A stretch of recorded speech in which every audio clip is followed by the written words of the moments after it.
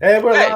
Hey, Washington Heights podcast. I'm Shane. We got Alex on top, Mike on the bottom, and Mike is drinking. I'll have what you're having.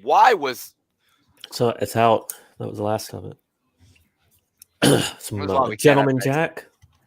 Oh man, that's not what I thought that was. I thought that was Mad Dog 2020. I thought you were going hard in the paint. I just had my fucking my YouTube playing over. I didn't hear anything you guys said. Faye is in the chat, and Faye's like, "Where's my invite?" All right, it's actually in the chat, but I will send it to you directly too, just to make you feel special. Because I don't even know. Can people see that? Yeah, they could see the whole chat, right? Yeah, whatever. Yeah, I saw what she messaged. Click on the thing, Faye. Click on /E. Hey, did you guys see Katie Porter's quote tonight on CNN? No, I just got off work. Dude, she fucking is all about the direct cash assistance. She lit it up on CNN, dude, for real. And who was that? Katie Porter. I'll have to look Katie that up. Porter. You know her? Do you know her, Alex? She's like I recognize the name. She's the one who always like has like graphs up. She brings a graph and she just like tears into people for their. Here, I got it. Bullshit. Let me. Does she work for CNN? No, she's representative. Yeah, she's a rep. Yeah. Okay, then I got it pulled up if you want to show it sometime. So. Yeah, just show it now. Show it now. Yeah. Yeah, I'll watch it now.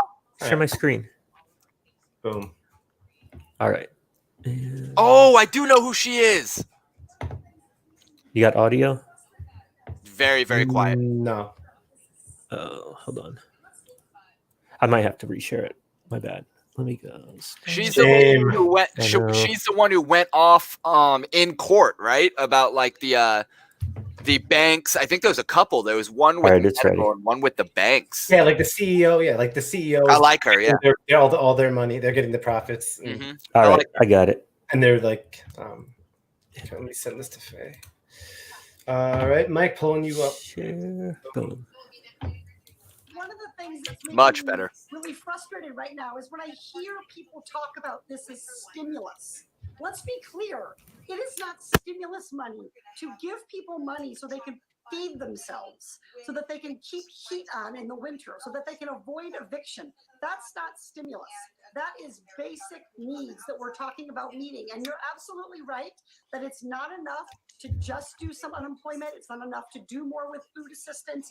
People need that direct assistance. And all of the research on this, interestingly, shows that direct cash money to families, allowing them to decide how to spend it, actually is the most efficient use of our tax dollars. Surprise. Partly because that money can't be distorted by special interests like Wall Street banks along the way. One of the things that's making me really frustrated. How about that? Huh? Love to see it. It ain't wrong. I mean, she just got out there and said it. Like, so yeah. She just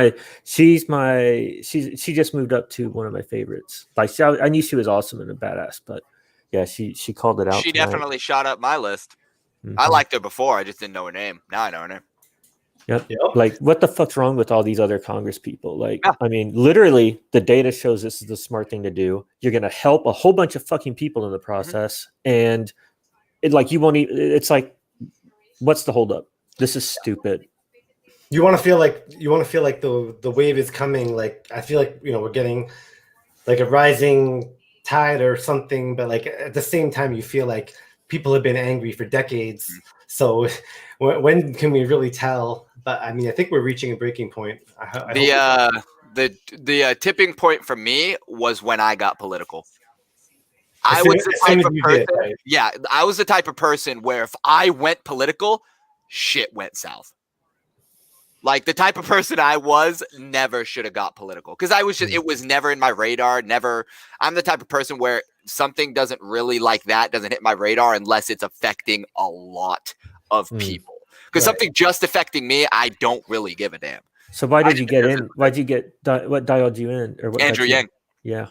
What got you into Andrew? That's a good question, Mike. Because I was who Andrew Yang said was the most affected, and I didn't want to admit it until a few weeks after I saw the video, which was a white person who felt that they didn't fit in, so their backlash was Donald Trump. I didn't vote for Trump, but I supported him in his first run. I was like, sure, whatever. He's not, he's not.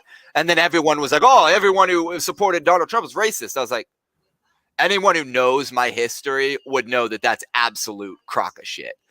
Crock of shit. I know this is popular for people to say it annoys them, but it is what it is. Most of my friends were of color, many different, because of where I grew up. I grew up in the ghetto. And what people don't like to hear is in there, color is not really seen. Yeah, I know, but when people say stuff like, if you're a Trump supporter, you're racist, that they're not mean like everybody. Like, it depends on the person. They're trying to say a significant portion. They're trying to say like there's a lot, there's a problem.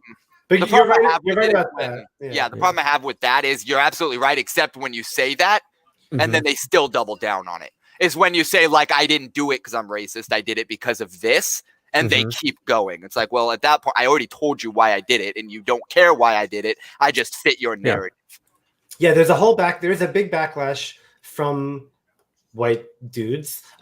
Both it seems to be both based on what you experienced, which is people falsely accusing you of something, and that stimulates a reaction, right? Perfectly legitimate defensiveness.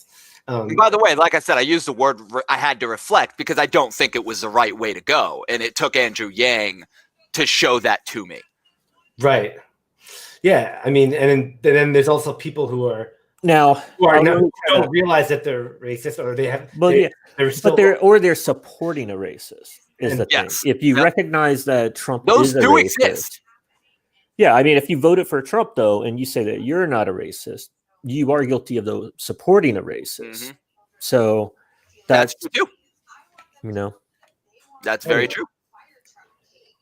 I feel like we've been like bashing Trump like almost every episode, but there's a reason to do it. To be fair, he's the current president. When Biden's the current president, I'll be bashing him. Yep. To be fair, I can't wait. I mean, honestly, I was being I didn't go after him at all in the election, and I'm like just kind of holding my tongue. Like, I want to give him a fair chance. I'm gonna, but I don't want to light him up too early. But there's I forget her name. One of the new cabinet picks that had some non-flattering things to say about UBI, and that has me. Yeah, that's her.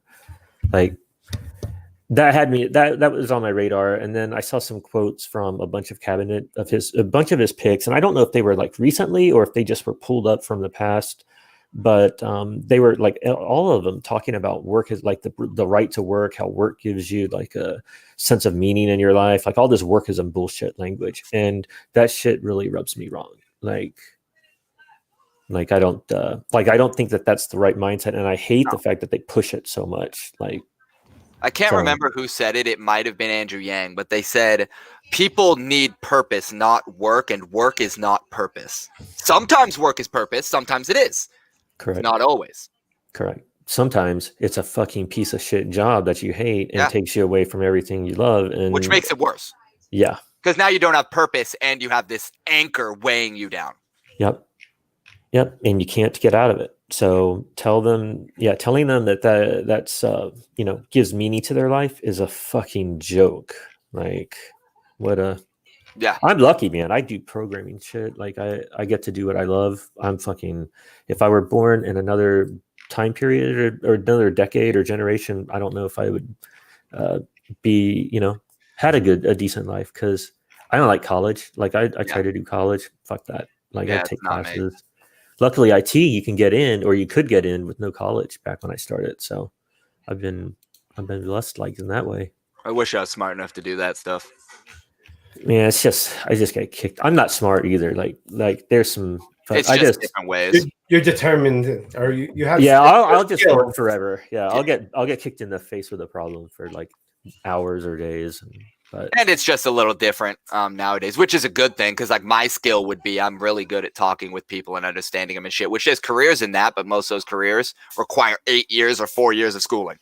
And that's not happening with me. I don't have the attention span to even do 6 months of schooling. I'm going to try to do it here soon. We'll see how that goes. See, like I did like the computer-based training to get like some technical certs, right? And I was able to go through those certifications in like a couple of weeks, because it's like, you know, I'm like, if I'm excited about something, I'll learn it, read it, and like, let's go. And then you go to school, you go to college, and it's like, okay, here's your new course. We're going to see you every like 3 days a week for an hour each day, for weeks, you know, for a few months.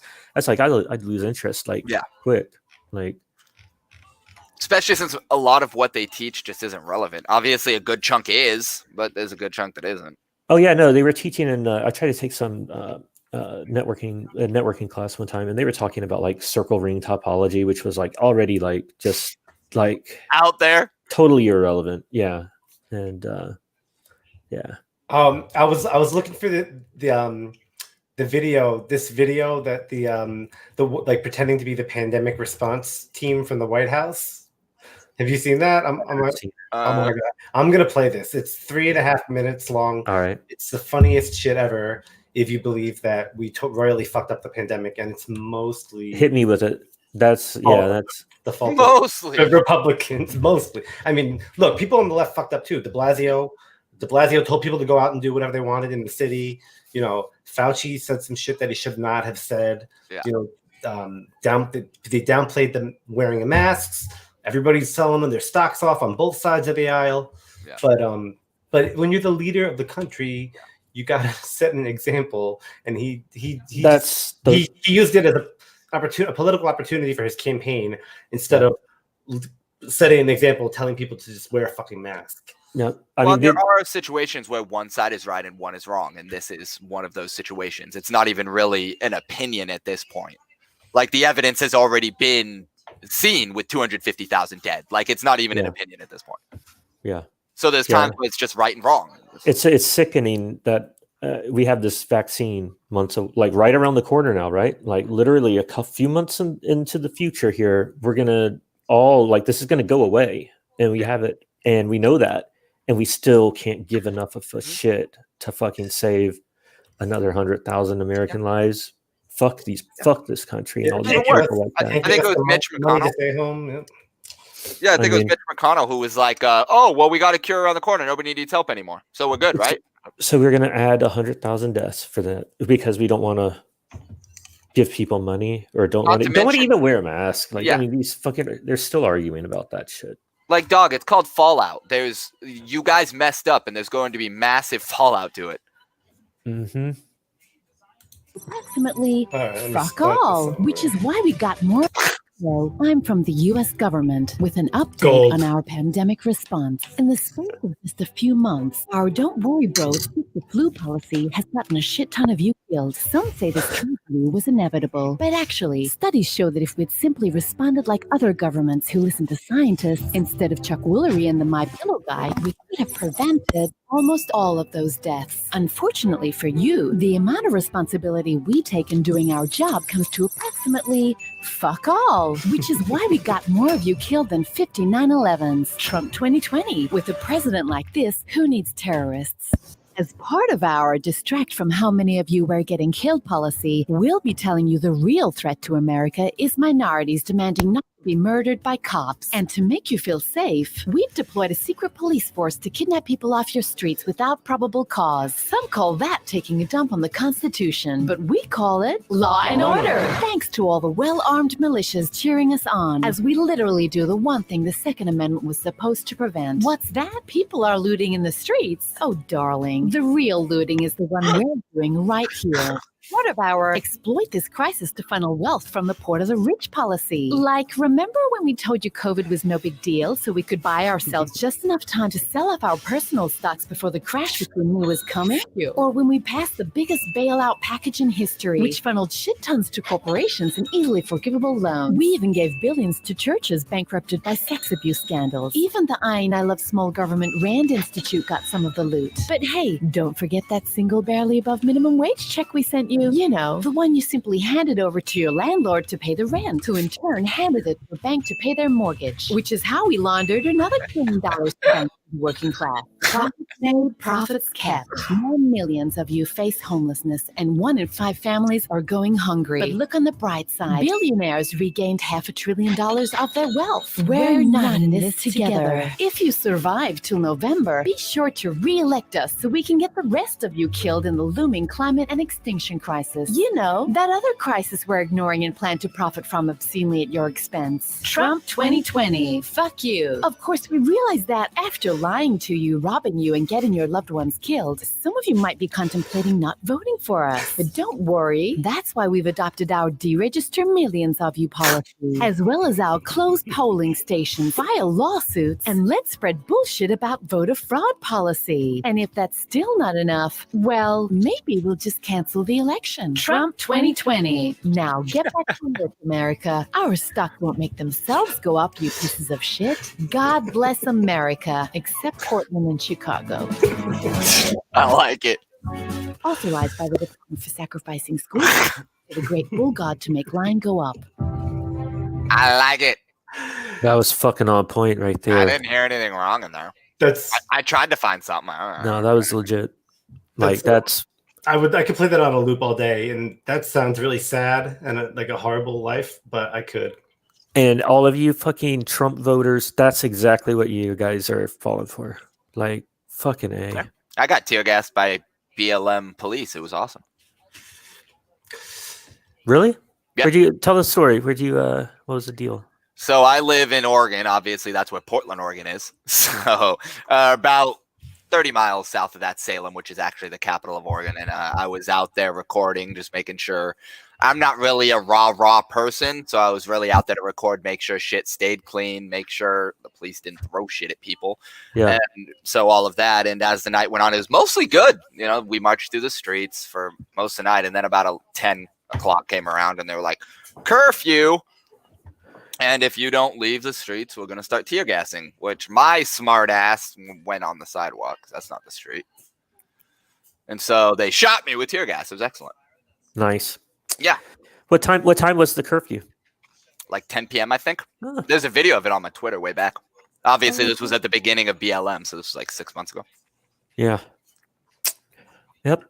That's pretty much what I saw. I didn't, see anything in person. I just watched a lot online. There's a good database. A journalist made a Google spreadsheet of every police brutality event, and it's well over 1,000 now at this point. Dude, why have you not shared that? You should share it right now.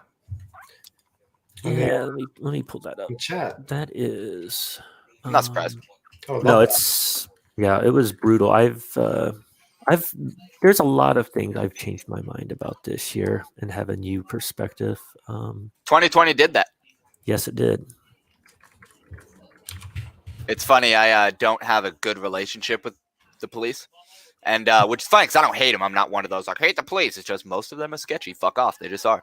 And so a police officer came into my store and it was my first day on the job today.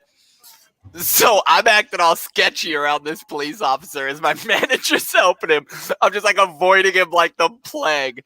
And every question he asks me is 1 to 2 word answers, which is clearly not how I'm with everybody else.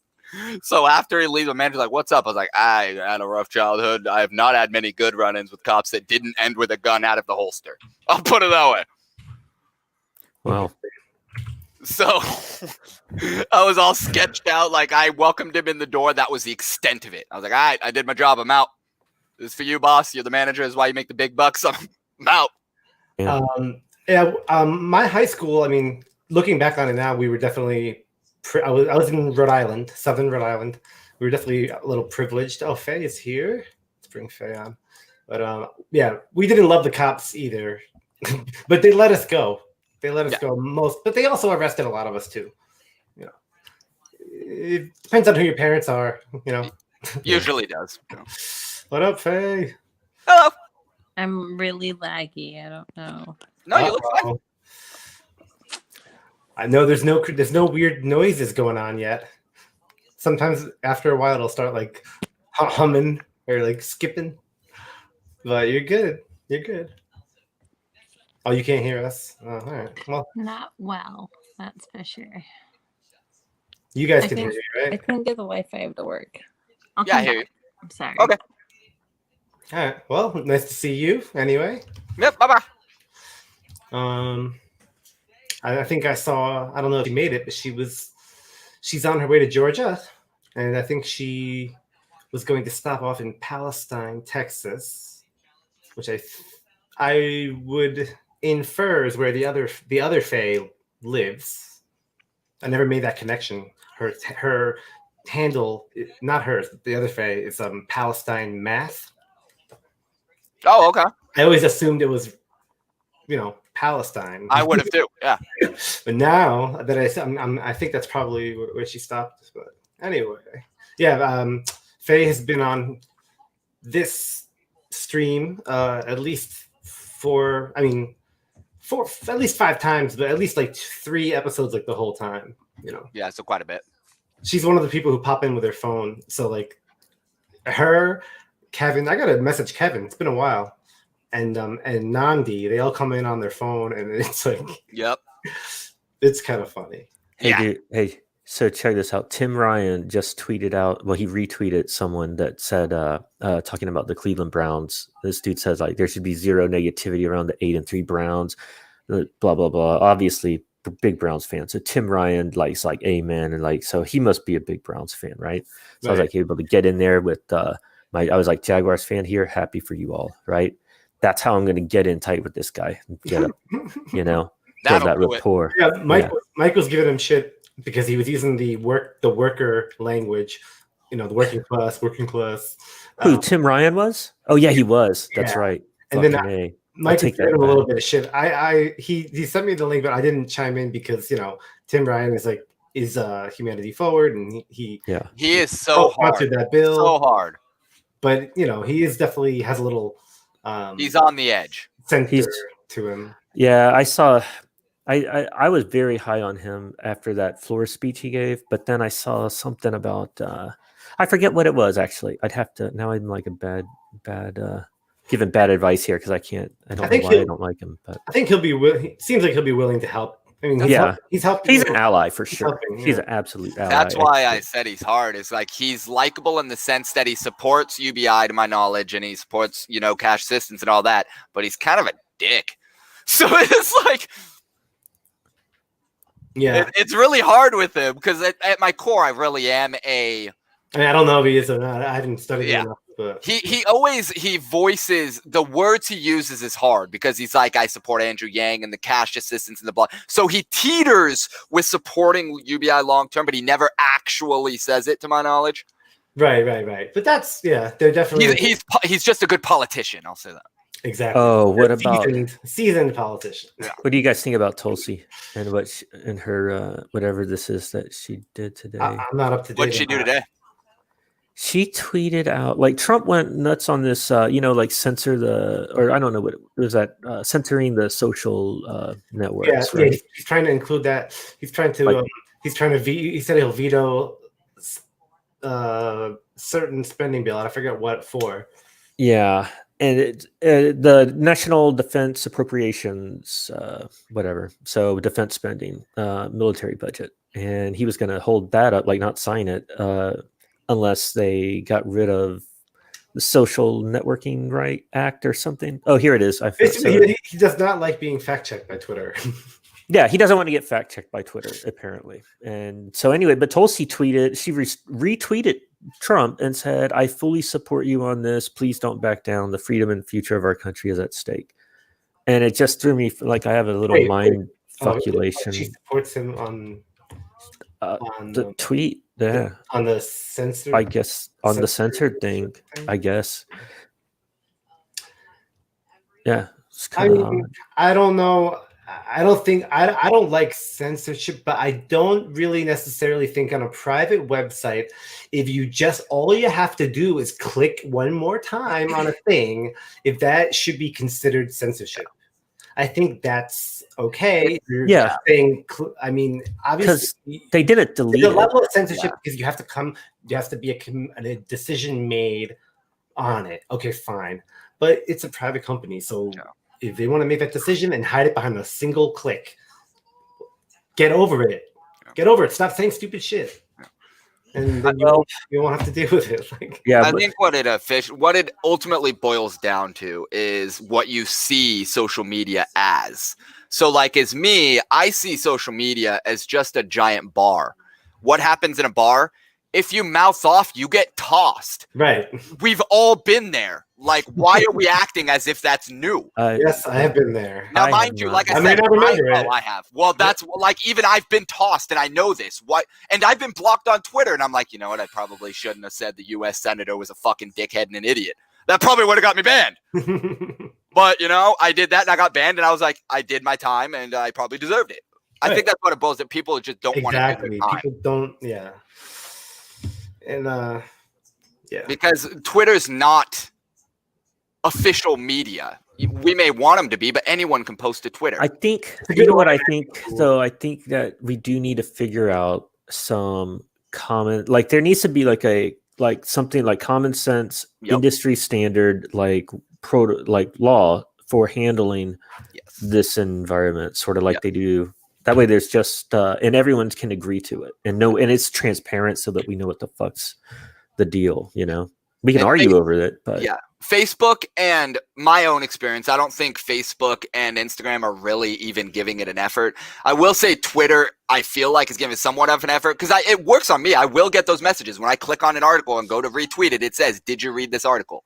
Yeah. Like that's helpful. Why? Because it's caught me and I'm like, okay, I did just read the headline. I should probably read the article and make sure that's actually what it's saying. Yeah. So it's not enough, by the way, not enough. The trending is it fucks up the trending game for sure. Mm-hmm. Like just especially just for the people who are like rapidly.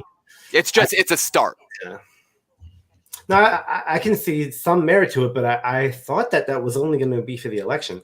Maybe they're holding it back because we still have all the maybe they're going to hold it off until January 20th or whatever. So yeah.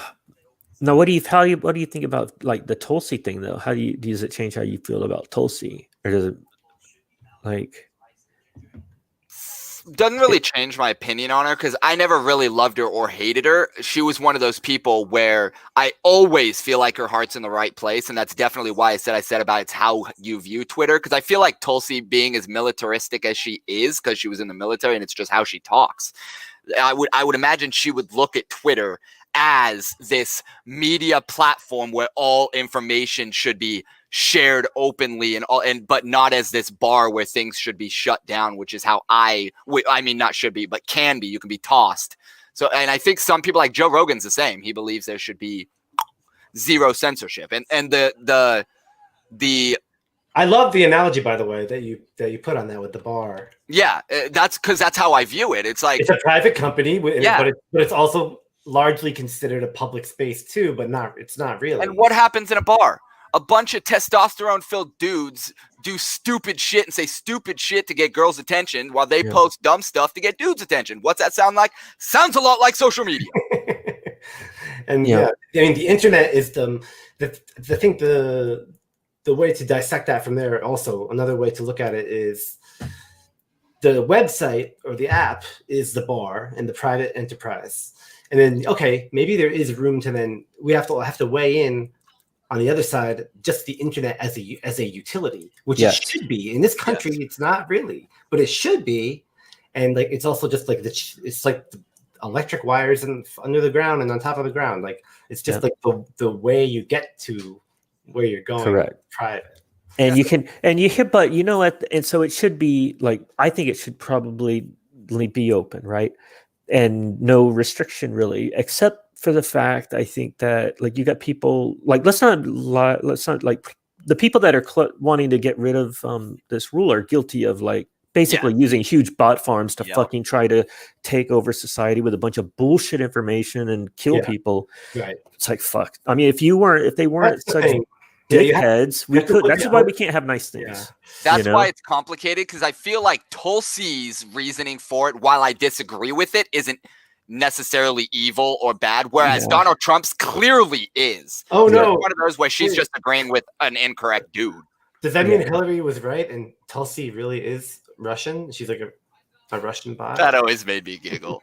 I just don't see that at all. Like, but you know, I remembered though from the Democratic primary, she had a good like debate performance when she called out Kamala, and she had ads she was trying to run, and Google Ads closed her account that evening, so she lost out on. That was prime time for her, and she couldn't take advantage. It was shady. Mm-hmm. I will be open about it. I'm like, Hillary Clinton to me is the most evil lady on the planet, hands down. Yeah. Like, period. Yeah. The only woman I can literally say that if we were in a dark alley, I would fear. Because I don't know what I know. I don't know what she thinks I know. I know it doesn't matter. I could go up missing. And you know what? That's also true. Like Trump criticizing our elections. You know what? Our election processes do suck. Yeah, they're fucking slow as fuck. They're like, what paper? Like we should have it on the blockchain. It should be instant. It should, none of. But so yeah, they suck. It's not like he wants to fix it though. No, he doesn't. Yeah, and there wasn't some enormous fraud. Like he lost. Fuck you for Trump. There was as much fraud as there always is. But we should. But how lazy are our fucking politicians that they've This is the system that they have after all these years. Like they just don't like do anything like significant, make it great. This just like piecemeal together, and who gives a crap? Yeah, it's rough. And that's what that's kind of the angle I see, like when I talk about politicians. And I think that's why I can do it and stay calm, is a lot of people see it as like these ultimate evil like entities, and I just see him like, Donald Trump is that arrogant a-hole in the locker room that always talked mad shit but couldn't back it up. Like that's what he sounds, whose daddy had some money. Somebody's waiting here. Sorry, my bad. Whoever, I have like I have my mic on top of something like blocking part of my screen. It's Faye again. I like a 47-inch TV right in front of my face. That could cause issues. Go with the dual monitor. Well, I do have dual. Also, I do also have a monitor to my left. Okay. I'm a gamer, so I got dual monitors. But it's a little much, yeah. I've been talking about this with Mike. I need to figure out a way to. I really want to do the triple, but my computer cannot handle that. So I have to add a graphics card. I might as well get a new computer. I got a 34. I got a 34-inch ultra wide, and then on top of it, a 27-inch monitor. Oh, you do the top and bottom. Yep. I play games on the ultra wide. Oh, we hear you. Got Wi-Fi. No, I had to take off Wi-Fi and use my phone again, and I'm just this is so annoying. That's what I have to do. Honestly, the camera's better. I might go back to Android exclusively, because I hate how Apple, you have to keep going off of Wi-Fi. Like you should be able to just turn it back on if you need it. But now, like the last year or two, it automatically goes keeps trying to get you onto Wi-Fi, so the thing keeps popping up. Yeah, that's annoying. I have an Android, so. Yeah, I have the iPhone, and I like it for the most part, and I think the quality for the most part is, actually now that I'm saying it, do I really like the quality? I don't know. I've had a million headaches. I think the old ones were better. It looks pretty. I think they got worse. And the camera's really more glitchy. Well, because it keeps overheating. Literally, my charger stopped working today, and I was at 1% battery by the time I got a new one. I was like, live! But I'm on a road trip, so I need my phone. I can't even not go without my phone. I wouldn't even know where to go. I worked at a T-Mobile call center, so I got a lot of calls about people's phones breaking and whatnot. And it was funny because we got a lot of Android calls, but those were easy to fix. It was just press a button here or just reset the phone. You were done. iPhone was never that easy, man. You went through an hour or two of troubleshooting, and then it finally tells you, call Apple. They have to fix it. Yeah. 2 hours later. Wait, have you guys met before on video, Faye and Alex? No, this is my first time ever joining you. Oh, all right, cool. Faye came on one of our, I think maybe the third stream. I met her before that on like a group chat on Zoom with a bunch of people, and then Alex I know from he was volunteering with Erica Rhodes' campaign. Nice. So yeah, that we linked up with him, and he runs with like Nnamdi and all them on Twitter. You know, I named this episode. We fresh. I named this episode Twitter Think Tank. So I think means it must be intelligent. I think that's what this whole operation is, right? A little Twitter think tank. I mean, you wouldn't be wrong.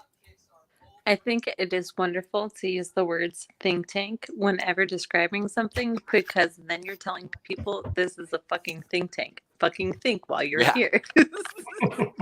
I have a math mask and it works perfect because it's bright pink and it says math. So people are like, what does that mean? Make America think harder. And you can see the wheels turn, and I'm like, right. Boom. They're actually thinking. Yeah.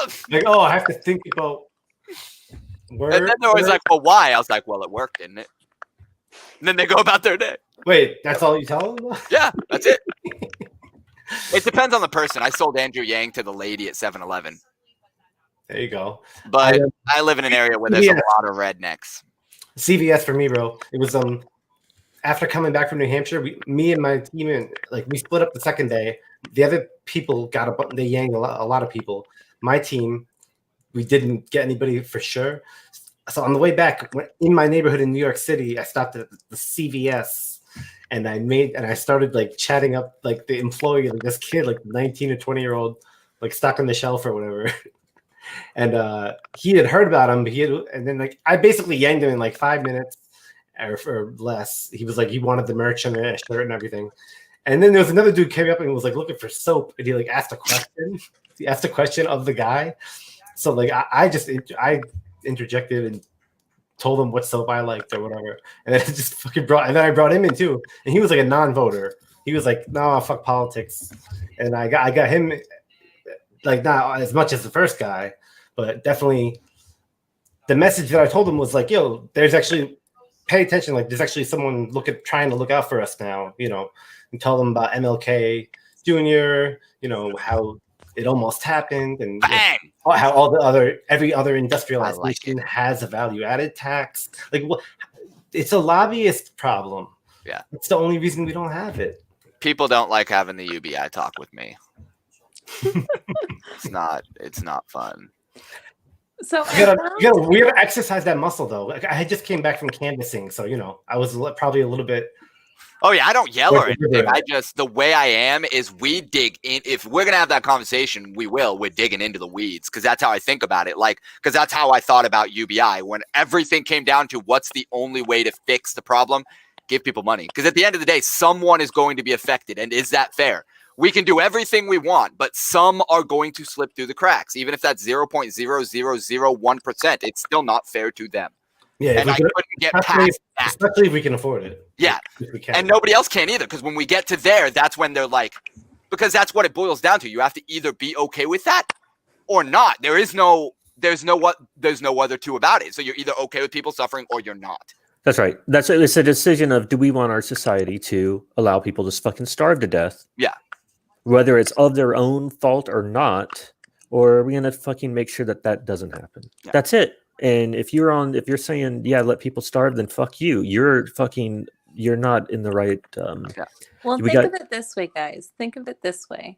Okay, when you take out a loan at a bank or whatever, like the banks are getting it from the Federal Reserve, you know, but they're borrowing it, and there's interest on that, right? It might be really low interest, but we at the bank, say you get 5% interest on a thing. So when you pull out that loan, right, it's a 1-to-1 ratio. For like, I just created $100 in debt. Let's just take that as an example. Easy example. And then $100 is what is added, right? But when you pay back that $100, you also have to pay back interest because you borrowed. But they don't like add that money. Like, if everyone paid off their debts, it would literally be impossible, and you've removed all the money from our system, right? Like, The reason we have all this issue is we have interest on money we are forced to borrow, and we have to go get it from the next schmuck next to us because they didn't make enough, if you will. They're just like, here's some interest you're gonna have to find and get from the next person. Yeah, at the end of the day, we just owe it to ourselves. If you're looking at it from a humanist or a global standpoint, we just own our fucking selves this money. That's it. Like, and we are the economy, right? We are the economy, and whether it's taking care of our own life or our family or raising a child, they are the inputs into the economic system. So if it behooves the people on top, if they want to keep this shit going, to take care of us. And when you like really think about it, we overly complicate it a lot of the times because it can be complicated if you look at it that way. But money is just a resource used to trade labor. So we determined what that is worth. Nobody else does. Like, we determine as a society. So if we decide we want to give people money to run that economy, guess what? We run that. It's not like other countries or what countries have in past where it's kings who actually own all the money and then they trickle down whatever. That's not how it works here. The money's in a printer that everybody in the country owns, and we disperse what needs to be dispersed due to value of what we value. We've just decided to value the wrong things as of late, and the government's pushed that narrative. Yes. Yep. Or at least that's what it feels like. Yeah. So what is the think tank solution to this? Demand fucking UBI right now. Like, that's all I care. Like, I was like 4 years. No, we're getting right cash now. Cash relief first, but is the minute that it goes through, then you go really hard on the UBI. Dude, okay. So like, I'm driving to Georgia, right? I'm just like one more night of like staying probably around Mississippi, right? I'm in Texas currently, but like I'm going down to Georgia, man, and I am going to tell people my story. It's an incredible story. Do you know exactly where you're going to be staying at yet? No. Who cares? Go to Georgia, guys. I want to do it. If I had a car, fucking I'd do it. I love it. I mean, it's not that hard. It's not that hard, really. I mean, I'd have to walk. Worst comes to worst, you get a big truck. If you're along the route of Texas to Georgia, then I could pick you up. I would, but I'm in Oregon. Like, the opposite. Literally the coast on the other side. Otherwise, I'd be like, yep, I'm going. Yeah. Job that I just started today. Yeah, Andrew Yang needs me. I'm out. Oh, dude, my wife was so not having me drive to New Hampshire to knock on doors. My girlfriend just doesn't understand. It's so funny, and it helps me a lot in my political views because she is like the prototypical, I mean it in the nicest way, ignorant white girl whose family's very religious. Mm-hmm. And so they honestly don't they don't see things the same way I do because we have different filters. And what's cool is they listen, which is nice. Not all people listen. They don't necessarily agree with me, like, ever. But they listen. Yeah, same here on that too. Like, I actually changed her mom's mind on UBI, which blew my mind because she was totally against it. Yep. What was the argument? What angle did you use? The one I told you, the one where, for one, the first thing I use because it's easy is the Monopoly reference. Like, if you didn't get $200 when you pass go, what would happen? You'd lose pretty fucking quick. That's what would happen. Mm-hmm. So I use that because that's easy to get into. And then two, what I did with you guys, when you go down every single rabbit hole, I let them do it. Why not? The first one is, well, they won't work. If you got $1,000 a month, would you quit? No. Well, I've asked that question to literally everybody. Everybody says no. So who's fucking quitting? So I go with that one. If everybody says no, who's quitting? Yeah. So I go down and then, and then the route where we can talk about all the accidental shit that can happen to somebody that's out of their control, and every route leads to what's the only way to fix that and hit everybody. UBI. Does that affect some people who are going to take advantage of it? Sure, but that's going to happen no matter what you do, unless you just decide to help nobody. So is that a reason to not help anybody? No. That's right. It's like, so what if some people take advantage of it? Fuck it. Who cares? Like, the amount of people you're helping, it pales in comparison. Yeah, let them deal with that. If you're religious, then, they'll take it up with God or whatever. And if you're not, then, fuck them. Just think bad thoughts about it. $1,000 a month, dog. We're not talking about millions here. They want to steal their $1,000 a month from the government, and some people don't have to starve on the street. So be it. We could take that hit. Yeah. All we have to do is just like adjust the tax code so that the corporations and the richest just don't take as much of the wealth away from the middle class and the poor. You can just keep taking the majority of it. Just take a little bit less. Yeah. Wouldn't it be great if we could see where all our taxes are being spent? Like, how do we get that information, guys? I don't even give me the most transparent, itemized list of what you're fucking spending our taxes on. Let's look at that. Previous voting records, I guess. That would be like the best way, I guess. That's not a very efficient way to do it. But that's not even the way to do it. Right? Yeah, no, like, it wouldn't work very well. If the military is buying stuff that I don't want to contribute to, then maybe I shouldn't be contributing to it. It's outside of what I want, but we have so much.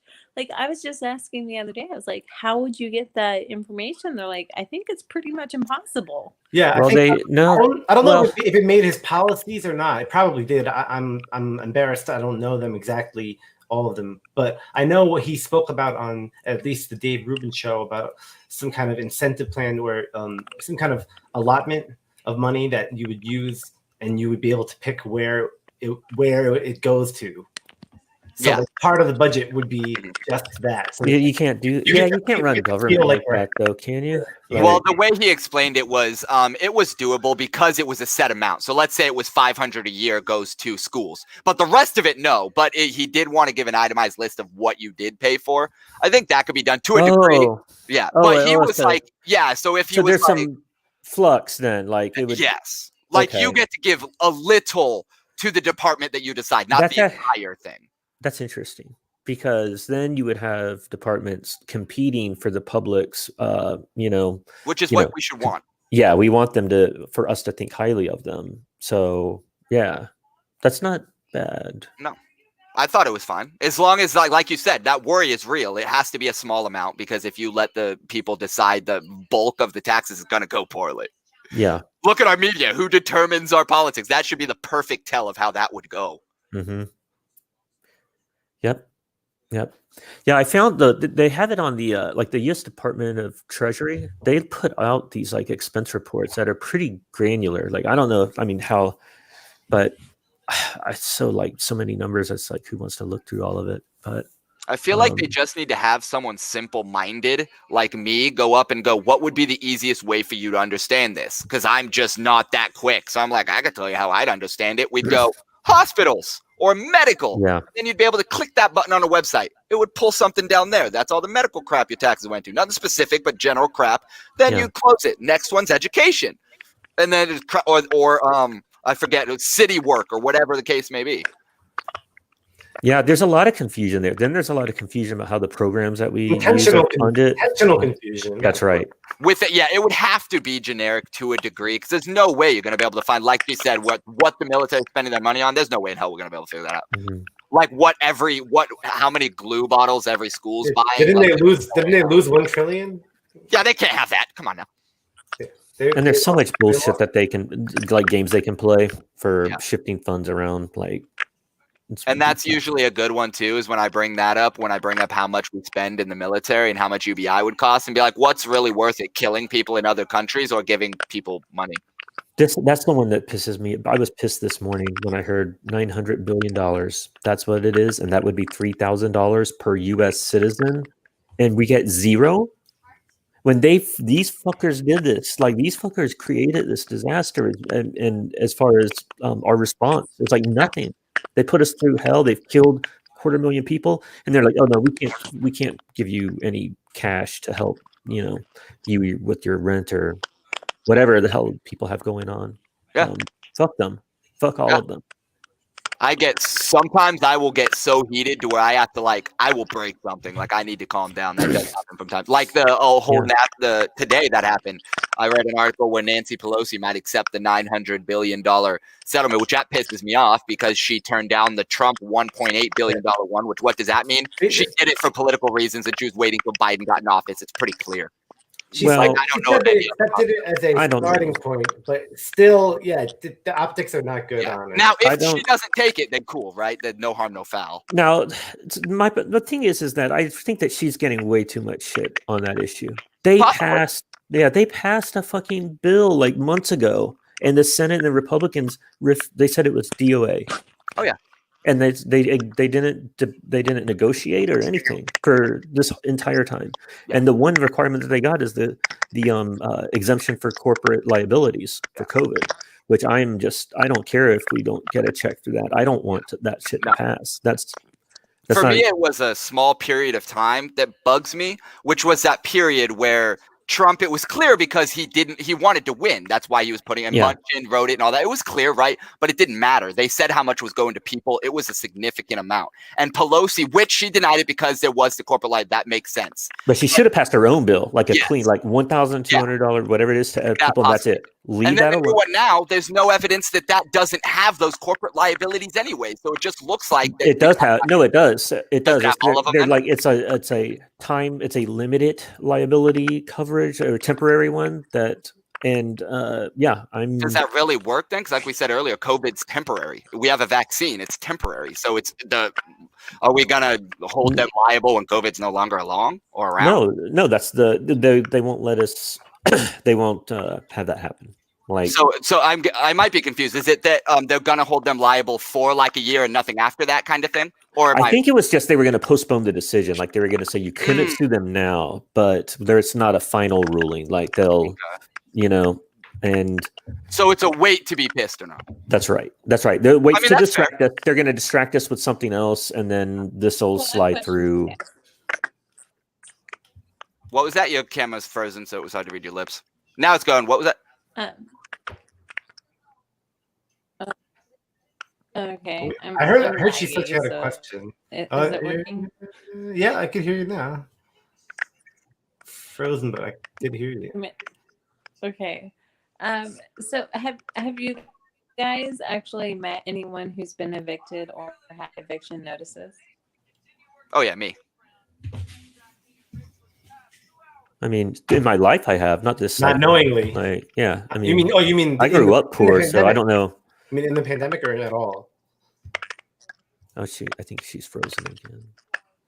Yeah, I grew up in like a single white trailer in the woods with a bunch of other poor people and poor families. So I know like what that life's like, but I don't know. Like in this cycle, no. Luckily, no one that I know has been evicted yet. So sounds like I might be the most privileged person on the podcast. Well, you went to private school, didn't you? I was very blessed early. Yeah, I went to public school for high school. That's nothing to be ashamed of. Yeah. Private school? No, I just give them shit for it. I would too. Yeah.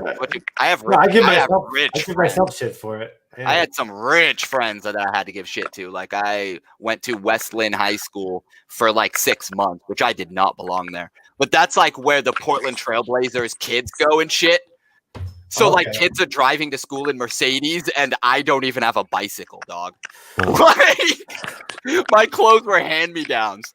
My dad was like, he was a lawyer, but he always went like paycheck to paycheck with credit card debt. He was like a hood rich lawyer in the city. Hey man, that's a way to do it. So I had a good life. I got went to private school, but then now we're like losing properties. We had like 3 properties in Rhode Island. We already lost one. We might lose another.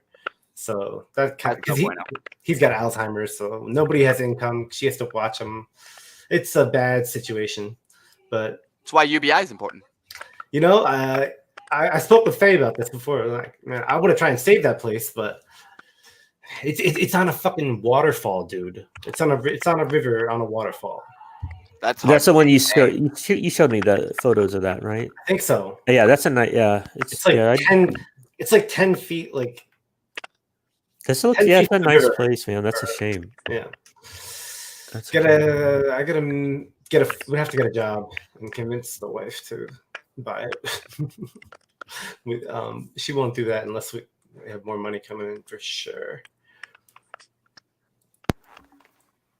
Sorry, someone left the TV way too loud, so I went and turned it off so you guys weren't deafened. Oh yeah. Oh, did you hear? You probably didn't hear what I said. I have to try and convince my wife to buy the house by like the spring, basically. I'm gonna have to get a job or start bringing something in, or else I'm gonna lose it.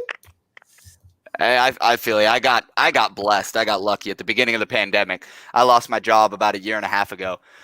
And so finding a job in the pandemic was rough. I didn't have a job already, so finding one was even worse. And they hadn't approved any of the unemployment stuff or anything. So I had literally nothing, and I was about to be evicted. I was 2 months back on my rent. Like, my apartment complex was nice enough to, like, I was 2 months behind and I wasn't evicted yet. But they were signing the paperwork, and then a company called Arches here in Salem paid everything I owed and paid all the way up through February because of COVID.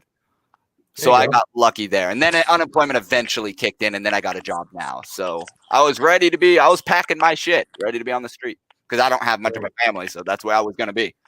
Wow. But I didn't. So sweet. Good shit.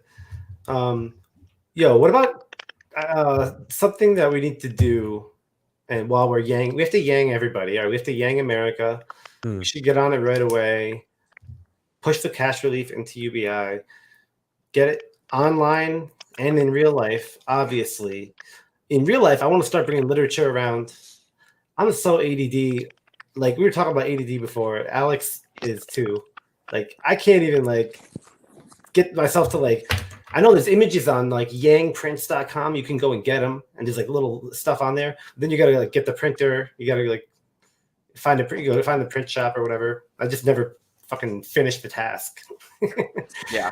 But then I think we can really. Mike is good on Facebook, even though he's banned right now. Yeah. He's got a group there, Universal Progressives. That's good, because I'm not a Facebook person. That place gives me. I am, but I've kind of reoriented myself to Twitter now. I have to. I want to go back. I'm actually better because I write too much. I write a lot. So I'll tell you, I don't like that Facebook platform at all. But I've met some pretty cool people over there, and they only live on that network. And it's like, I hate how the comments don't show, are all out of order. That's the worst. Yeah. Are they? Damn. I haven't used Facebook in so long. That's how Facebook like really controls the your feed, like what you see in the narrative is. That makes sense. Like, yeah, there's a post, and then there's 1,000 like first level comments off of it, and they just choose what comments to push to your feed, and then they hide like the little expand button that you never can get the full list of comments if on a big thread. It's not like Twitter where maybe there is an app for it, but Twitter has the thread unroller. Yeah, I haven't used that in a while, but you can there's a bot that someone made there you can get it unrolled, but I don't think you can do that on Facebook. Yeah, I don't know. I mean, I was able to work with the Facebook API for a bit, but even that was like a pain in the ass. They'd have like all their documentation's like kind of vague and changes and isn't up to date. And then they just made another change that like invalidated everything that your apps have to be like approved. Like you have to send them a video of your code. Like it's just so much fucking shit with them. Yeah, it's like just not even worth. And they still suck. Like that's why I'm not smart enough to do any of that. If it doesn't work out of the box, like I'm shot. Like I can eventually figure it out, but why am I figuring out Facebook? Yeah, that's it. Yeah, and I was like, it's like, man, they got the most user base though, right? It's like, yeah, it is a huge learning curve. I went over. I have a hard time when I first went over there. I was like, where the fuck how do I do this? I couldn't find my buttons, or the interface just sucks. Like, but they have like twice as many users as any other network, so it's like. I'm a little biased on it because Twitter, when I made my Twitter, I basically had like literally 3 followers. And I made one post saying how Yang changed my opinion on shit and how much I appreciated it. And I blew up to like 800 followers. Wow. So like my entire thing was literally just people who loved, for the most part, Andrew Yang. So it's like, how my whole thing is. That's Facebook. It's like Facebook is everyone I've loved and hated since I was 15. Yeah. Mm-hmm. I got lucky. They were like, oh, that was nice. And then like literally I was all day, dude, like approving 1 to 2 to 3 at a time, all like 3 days.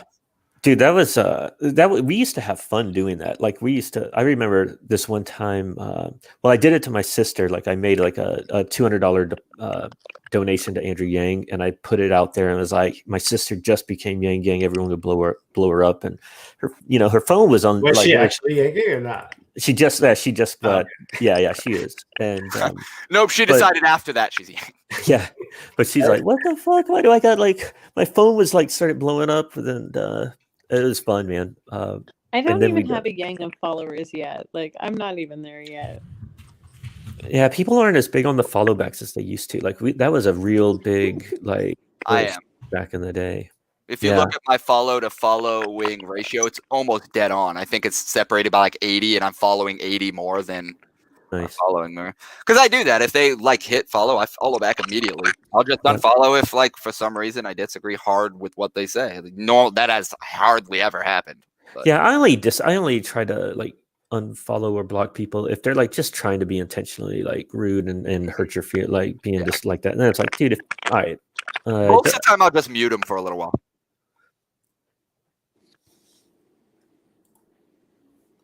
I feel like my audio is cut, or someone's did, but no, you're good. No, you guys are good. I had myself muted because I'm like typing away on my fucking mechanical keyboard here, like getting better with muting myself while I do that. Apparently, Shibani is pulling an all-nighter. She's gonna join some kind of mystery thing. She's not sure yet. She might be watching, depending on how quickly. Oh, I didn't send her the YouTube link. So I had a. Oh, go ahead. I was gonna say like the new one that I just got into because someone made a post about it, but it's TikTok, man. Like I fucking love that site. I think it's the best. I think it's better than Twitter, like especially for political like activism and stuff. Like TikTok is the commercial into your life. The commercial into your life. Okay. Twitter is the perfect encapsulation of not Twitter. TikTok is a perfect encapsulation of why I hate myself. Because like TikTok. Go ahead.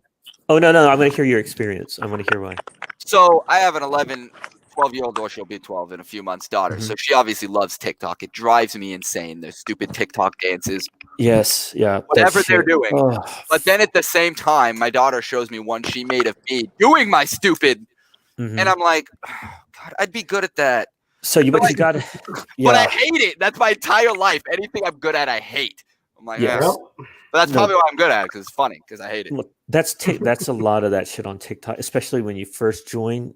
And I can't, dude. I was like, why the hell am I even here? I hate corny shit like that. I'm slowly making that transition. Once that algorithm gets you on the political TikTok side, now you're like, now I'm having fun. I think Marlo did that to me.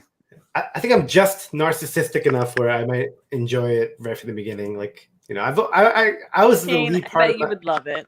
Yeah, I was the lead part of my 6th grade musical.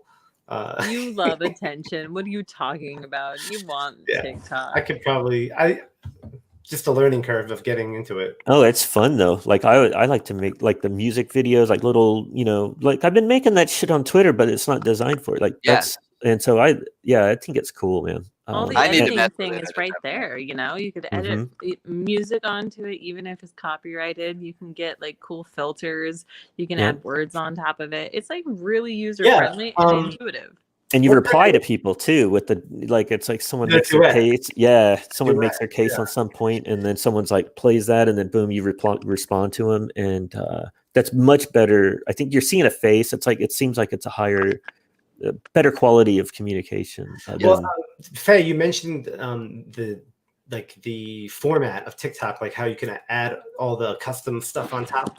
So I remember today, I believe her name is Viz, V-I-Z, Vizurant Viz. Yeah, she's awesome. She made a bunch of really cool videos. Yeah, Vizurant. And she said she made them in TikTok. She doesn't like TikTok anymore, but she made them in there because it's just like it's more easy, you know, easier to make that type of video where you're showing little bits of information in a fun way, you know. What's crazy? A performative way. Yeah, this is going to be one of those opinions that gets me in trouble. Cha-ching! In a lot of ways, Donald Trump personifies TikTok. And what I mean by that is a lot of his rhetoric, the make America great again, the lock her up, whatever he says is very short punches. Yes. And that's all TikTok is. Very short punches. And it's very effective. That's why Trump is effective. Yeah. Mike is dialed into that. Yeah. No, that's where we have to get good at this, because we can use their techniques, their tactics, and we can do it with honesty and for the right reasons, and drown out their fucking, conspiracy crazy ass shit. And we have to, otherwise we're all gonna die from this shit. Like the next thing that comes along from these or get really, really bad long term. Here the problem is that like everyone thinks like Trump lost the election, he's going to fade away. That's fine, but he's not the real person. Like, this movement is still going to exist. There are people behind it that see that are still going to be operating it in the machinery, and these people are engaged. They're activated. They have a mission. Look for the branding to change to America First. It's going to be like, that's going to be the new MAGA, is America First. They're going to have the whole fucking thing rolling, and it's starting up like probably February 1st, like right. Did they already announce that, or no? I'm predicting that. That's my call. Like, I'm predicting, seeing what I'm. Just start humanity first, and keep repeating it. Get that. That's a good response. I like that idea a lot, because they're going to be going America First, and it's like, no, we do humanity first, and that's the rebuttal. That's brilliant. Yep, it's quick and easy. Mm-hmm. And that's what, like, whether we want to or not, like, that's what's going to connect to a lot of people. A lot of people's attention span is very short. They don't care. The only thing they're paying attention to is something that's going to make them laugh in short spurts. Yep. Like it or not, it is what it is. Yep. Yo, I got a perfect, like, little alternate, just a combination of those two things that we could come back with to make it have a little bit more bite. For our slogan, it could be America is humanity first. That could work. Because you have to punch back at their patriotic display, which is another thing we're working on, patriotic memes, like taking back the flag, taking back patriotism for real issues, like human issues. Like, I feel like both have two different punches. It depends on the punch you're trying to throw. Humanity. Go ahead. I see, like, humanity first is fucking A. I just had lost it. Making humanity first makes America first. Something like too long. Come back to me later. Too long. I'll keep. Yeah, but the only reason I brought mine up is because it's more of a direct rebuttal to just America First. Yeah. Yeah. And that's why it could work. Where my brain would just be the humanity first, because it's just that quick. It's not even, because when you do that quick, like even Donald Trump, you notice a lot of people, that's what TikTok is. You're not necessarily responding to a person, more so you're responding to a narrative. Now, maybe a person represents that narrative, but usually we're attacking the narrative. And the humanity first, that boom, it just hits the narrative. It's a perfect, 2 words, perfect rebuttal. Just punches the narrative. It's a quick hit. Yep. The other one works absolutely, but it works in a more political setting. I think what my brain does is, like, I naturally try to find, I'm looking for the weak spot, right? I find the weak spot. So the weak spot for that in this context, besides it just being an old slogan or whatever, which is not really bad, the weak spot is that it doesn't address America. So you're letting them keep the spotlight on the America. Their people will still be emboldened to be like, well, we do want America first. Like, if we say that America is, you're implying that we are first and we're for people, then that's okay though. It's, you know what? Fuck that. That's because we want to bring people to our way of thinking. We don't need to necessarily like meet them at America first. Like, we need to convince them that this is the way. Like, no, but you just have to. You don't even have to imply it. You just have to leave it. If you just leave certain things unsaid, like, there's nefarious ways or sneaky ways, but there's also things that are so subtle that that's just the effect it'll have. Well, we should go ahead. Oh, I was gonna say, I think that's a pretty good thing to combat, though, because if you think about it, it's almost a 1-to-1 correlation to the Black Lives Matter, right? What's the counter to that? Well, all lives matter. That would be kind of like that, right? It would be the same thing. It would be no America. Now, that is true too, right? But that's when it's really, what I learned to combat that with is that's not the point. The point isn't that white lives don't matter. The point is right now it's heavily impacting these people. And that's how I see America. It's like, look, America does come first in most situations, but right now America's shitting on humanity. Yes. It really can't be argued. I think you're right. And I think that if it pisses off people on the other side a little bit, like if it gets their blood going, that is perfect. That's the perfect type of, trade in a slogan to go viral, because you want the debate to happen. That's what actually you got to bring people in to both sides and let the conversation take place. Wait, fuck. I had a thought. Yeah, keep going. So I'll say why my mind goes to the two-hitter is I will always be, whether I want to or not, a punk kid.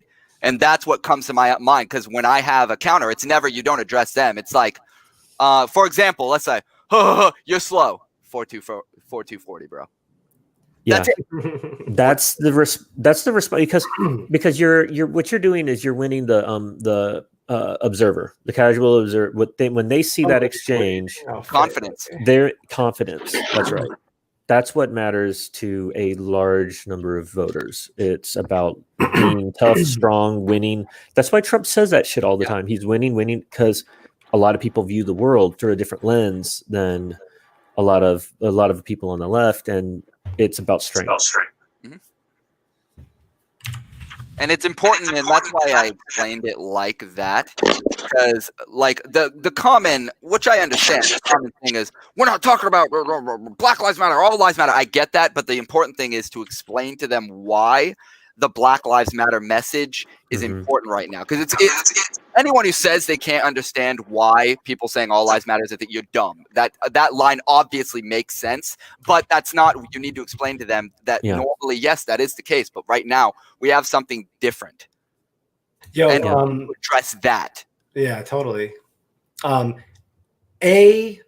Humanity first, America. Can you guys hear me? I'm just testing this. Yep. Yeah. I'm finally on a laptop, but it's my slowest laptop, and I don't see the camera working, so whatever. Oh, man. We hear you all right, though. Well, that's good. I can finally hear you without glitching. Technology and me don't get along, ever. I don't know if Shane recognizes this, but this is shit that happens to me all the time. I don't know. I never thought about it. I just kind of, we were just talking earlier about it. It's kind of funny. You and Kevin. Oh, I got to message Kevin and invite him. It's been a while. And then Nnamdi, you guys all come on the phone. Yeah, where's Nnamdi? Yeah, I know. Nnamdi doesn't have technical difficulties. He just never like shows. We can never see what the hell's going on. Yeah. Oh yeah, I know. I do a podcast with him. Yeah, I know. No, but he showed up for yours. He like made it. That was like really the primo. Oh, was that primo Nnamdi? Yeah, that was the premium version. Whoa, I'm excited. I got premium Nnamdi. You got lighting. You got the light on and everything. One of my, I didn't even mean to, I don't do it on purpose, but one of my thumbnails for my video, I don't set the thumbnail, just autos, but one of them is a perfect representation of Nnamdi on a camera. It's just like zoomed into the side of his face, but his room's dark, so you can still barely see him, but it's like zoomed in. It's pretty funny. That's funny. And then Shaz's face is like, I gotta watch that still. I saw the first few minutes and it was hilarious. Chaz is like straight up just like, what is this podcast about? Yeah. So that was pretty much the whole thing. She's like, what are we? I was like, yeah, that's the point. Yeah. Is there feedback on my end? A little bit of that weird sound. Now it went away. Now you're good. Okay, cool. I wonder how many different things like you could be like what. It seems like there's like a eternal like array of potential like, controls you can move around to like get these different sounds going on. We're gonna start hearing like beats. I've been muting you turntables every now and then because sometimes there's an echo, but mostly you're good. It's okay, whatever, life happens. Close enough. And like, so today, okay, so before my trip, like my truck died, right? Because I left a light on, so I had to jump my truck. And then I realized that GoFundMe doesn't actually like show up in your account when you first set it up for like a while, right? And then Doesn't help. no, and then my cell phone charger crashed. And I finally got my laptop back out of the shop, but I can't connect it to the Wi-Fi here because I connected it to my old laptop. Like this laptop, I'm gonna send to Kenya, okay, once I find the money for it. Like, there's a guy wanting to start a nonprofit out there. I was like, sure, I got extra laptops. I mean, they're shitty and they're slow, but hey, they'll do the job, right? Better than nothing. Yeah. So, like, I'm like, here, take my shitty laptops. I don't care. As long as it does the job, whatever. Yeah, no, and I want to help out. It's just like I'm so broke I can't even send laptops to Kenya. So, you know, let alone get my ass to fucking Georgia very well. It's okay. If something could go wrong, it is going wrong, but like good thing too. So it's, I don't know. It's all over the place. What is life? I only have a good computer because I'm a needy gamer. That's it. Bad credit card purchases and needy gaming. Yeah, I spent a lot of money on all my credit card debt that's finally gone now. It was back in my 20s. As soon as I got out of college, here's a bunch of credit cards, and I went to a lot of baseball, Yankee games, like trips from Rhode Island to New York, and a lot of beer. And not let me mislead, by the way. I do not have the credit to get my own credit card. It was my angel of a best friend. And I just paid the bill. There you go. That is an angel.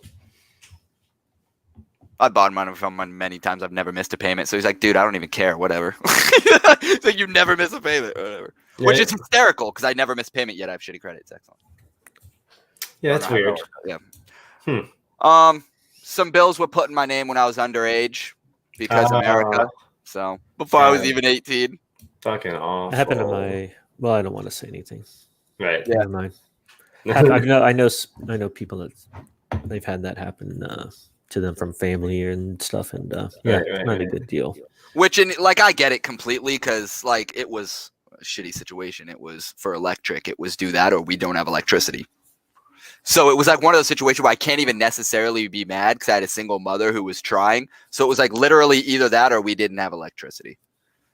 So it was have electricity at that time because she had 4 kids or pay for the electricity bill later when I'm 25 years old. That's a tough decision. Yeah. No party is winning, by the way, but it's a tough decision that I don't blame. And I was the affected party, and even I'm I don't blame it at all. Yeah. That's so shitty though. That you have to. It sucks. It sucks. That's why I fight for UBI so hard. Unfortunately, I had a single mother who she had too much fun as a teenager and had no clue who knocked her up.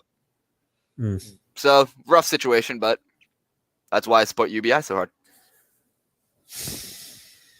Because there was a lot of an aspect that doesn't get touched that I think is a massive problem is women, and it can go vice versa as well. I just see it mostly impacting this way, is women dating men for financial gain because they're single. Understandably so, and those men they're not in it for the right reasons. And so in a lot of those cases, the children are the ones affected the hardest.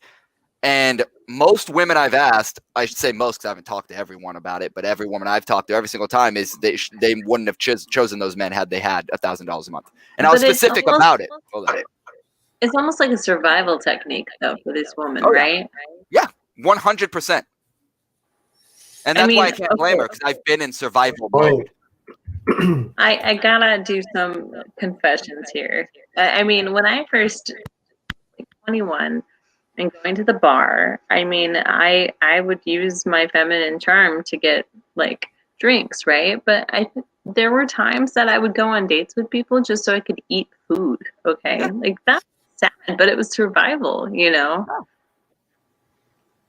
And that's what Andrew Yang says that hits the hardest is the switching to from the mentality. What's the word I'm looking for? The scarcity. Yeah, scarcity mentality, and switching that, because ultimately that's what you're doing, is you're switching from defense mode to thinking mode. That's what that does. Like when you don't have money, I saw a study, I don't remember how much it is, but there is a direct correlation between your IQ and how much money you have. A direct correlation, because of stress and things of those nature. Yeah. Which it does affect things. And it's just like when you think of any situation, no, it is never easier to solve a problem when you're struggling for money. Ever. No, everyone's like, oh, they should just do better with money, right? Well, if you're starving like for food, like you haven't eaten like 3 days, and then someone puts a fucking roasted turkey like Thanksgiving meal in front of you, are you gonna practice good, manners and like portion control? No, because you fucking might actually not even stomachache, because if your stomach is so empty, you're just like, ugh, okay, now I can only have a couple bites. Yeah, that's happened to me. But yeah, I mean, you're just I guess. Are you breaking up a little bit? I think that it's like it's that crave. It's like, but they build up. It's that craving for it. You got that big desire, and then when it's available, you're probably gonna, do stupid shit with it because you don't have that experience of just, having money. Like people that have had money their entire life don't think about it the same way poor people do. It's and you can't learn it in a fucking, finance class. Andrew says this and he's right, but I mean, you have to have money in your pocket to know how to invest it, to learn how to use money. I don't want to misquote. I think it was Elon Musk, but I think he said something along the lines of I can't remember what I was talking about. ADHD. All right. What were you talking about, Michael? I don't remember either, but we were talking about Shane. Oh no, that's already gone all the way around. We're not getting that. I was just distracted with someone said this is I remember now. Okay. All right, so I believe it was Elon Musk. I don't want to misquote, but he said there gets to a point where you have so much money it's almost impossible to fail. Because they'll just keep giving you money. Because eventually, because of the way the system's made, it will circulate. Because like she said with the banks, eventually it'll circulate. Yeah, you can see it. I mean, I don't think I've ever had more than $1,500 in my bank account ever, and I haven't even had a 500 in my account for a long time. I mean, my wife handles the household money. That's the benefit of being wealthy is but when you can fail soft, like fail easy. But when you have 1,000, when you have a couple thousand, and then you get you look at the statement and you're like, oh, they're giving me money. Like I know that money, like you get the more you put in there and the more you shop around for the interest rate, it's fucking. They're not doing anything for that money. Nope. And it has to be addressed. And it took a lot of learning to learn this, a lot of self-reflecting. But using myself as an example, what often gets forgotten as well is education. Like we expect people to know how to spend their money, but then there's people whose parents were addicted to drugs and didn't send their kids to school. How are they? What? You want them to do what again? You want them to file what? Yeah. Like it's silly. Like it's why, like when you think up by your bootstraps. Exactly. Like and Joe Rogan says it all the time. What if they don't have boots? Yeah. Like and I like that point because it kind of it hits the joke a funny way as well. Because then it makes them think it's like, oh shit. Because at least what it makes me think is and it's what really shifted my thinking is at some point it does get to a point where there's no picking yourself back up. Like there's just, you're so far down, you need help. And without it, like me, I would have been on the streets, period. There's no ifs, ands, or buts about it. If that company didn't come out and save my ass, I'd have been done. Yeah. It just is what it is. That brings on more debt. Obviously. And what was that? Well, because for example, debt brings on more debt, right? If you go in the hole a little bit, you got a fee, and that makes you go even deeper. And then you've eventually given up your second bank account, and you're like, fuck this, done, I'm out, it's stealing my money, what's the point, and then you're like, okay, well now I can't pay this bill, and well I guess I'm getting away from this other bill, and then you're just like, what do I choose? And you're doing so much mental math, right? And let alone compound interest on a fucking loan of whatever, that's actually spending than you thought you were. And if you look at that math, oh, that's exhausting, right? And then like, okay, what are the banks doing? Well, that math is also exhausting, you know. Maybe if I know how to use Excel spreadsheets, I might be able to see what's happening. But oh, that means I had to have an education, let alone a laptop to learn it on, right? You know, Yeah. but to do the calculations, yeah, right, guys. Yeah, right. But instead of all of that, here is $2,000 a month. Well, that was easy math, right? Now I can set up auto payments. I don't even have to think about these payments anymore. You know, like we don't even think about where we spend our mental bandwidth, but we are draining ourselves dry. And then we're stressed out about it because, oh man, I got to pay this bill. And so I'm going to just enjoy my woes. And a lot of people put it off. And then that fucks you up more. You know, and the worst is, but it's by design though. Like if we say like, oh, the Congress won't help us. They don't want to help us. Yeah. This is how they want this to work. They want people to be fucking debt slaves. They could sign UBI tomorrow easily. Yeah, immediately. It wouldn't be an issue. Yep, they could just make it. It literally could just happen if we just demanded it. But they don't. They don't want us to have that free. They want us to be so desperate for fucking money that even if we have underlying conditions and no health care, we are forced into jobs where they've taken no workplace precautions, no safety concerns, and go spend our time there on the front line and potentially die. That's what they've set people up for. And then the people with passive income are looking at their bank accounts like, oh no, you're not bringing in enough money so I can pay my mortgage, right? Yeah. And then I don't want to lose this. I need more workers. And to them, it's passive income, right? Not their lives on the line, not them physically exhausting themselves, right? Like, but whose door do we knock on? Whose door do we need to go through in order to be like, wake the fuck up? Like, you know, we need specifics. Everybody, we do it at everybody's door. Yeah, we live. That's the only way. Is we just have to convince enough, enough Americans, and that it makes an impact. Yeah, find the leaders. Find the leaders in every community. And you know what I found? What's my favorite thing to do is onboard people, not just get them into, but fucking get them in, like get their hands in there. You know? Yeah. I've been like on it for onboarding people, and the quickest way is actually getting them on the YangBang Roundtable podcast. Come here, let's talk, because we are a think tank too. Like we're consistently a think tank. That's why I was like, hey, think tank, right? But you get these guests on, right? And it doesn't matter if they're low profile or high profile, right? Give everyone a fucking voice, right? Mm-hmm. And they could have been sex trafficked victims, or someone wrongfully imprisoned, or a congressman, or advocates and YouTube stars. Bring it. We'll fucking talk to you. Get outside of our echo chamber, right? And then, like, give them an opportunity to push back, right? Sure, maybe we missed something. Help us with this process. We're part of the fucking team, guys, right? And then you get them to feel empowered. And then they're like, oh, I have this person you should talk to, right? Because if you spend 2 hours talking to somebody, telling them about what you're doing, getting them excited with you, you've just onboarded this motherfucker. And you're like, oh, this is the person who's got all the homework. Why don't you come on over, right? And then you have an additional person like busting ass because they're passionate. I can't tell you how many people I've onboarded personally. It's disgusting, okay? But it's so subtle. People don't even know it. I've infiltrated, but see, like, I've got people in the movie industry that are, they're the grunt workers that didn't get any notification of, like, the money that the big wigs got, right? And I'm like, hey, I have a message. I have a cinematic docuseries I want to do. You want to get on that? And they're like, yo, I just contacted my friend about that. Yeah, come here. Like, what do you need? And I'm like, oof, I got some learning curves. Oof. This, right? Like, you have better vision. You've had experience.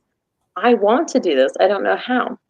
Asking people help on how, you're getting certain parts of their brain called the reticular activating system activated, right? And when you ask, they're going to try and solve that problem for you because they're like, I know how to do this. I'm not sure how. But then now they're stuck in it and they go down this fucking rabbit hole. It's fucking brilliant. And then it's really just helpful.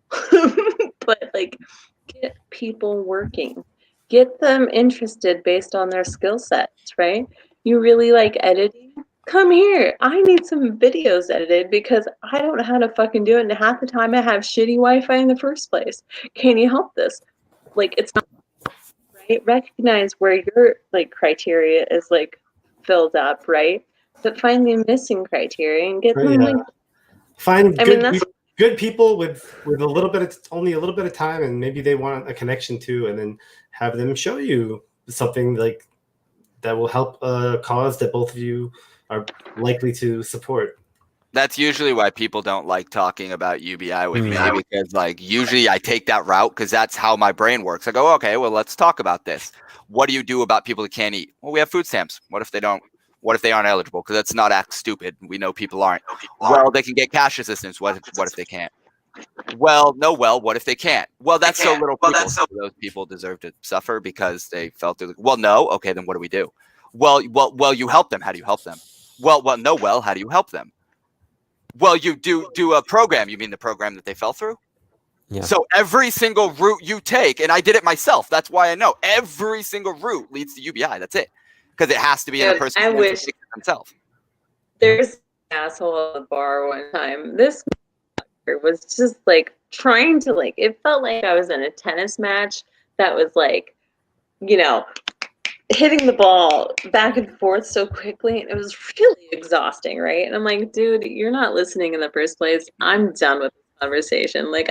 And he was treating me as if I had done nothing, right? And I was just, my mouth was shut. He's like, why don't you go wash the backs of the homeless? It's like, because he was talking about this like story about this CIA agent or something like this.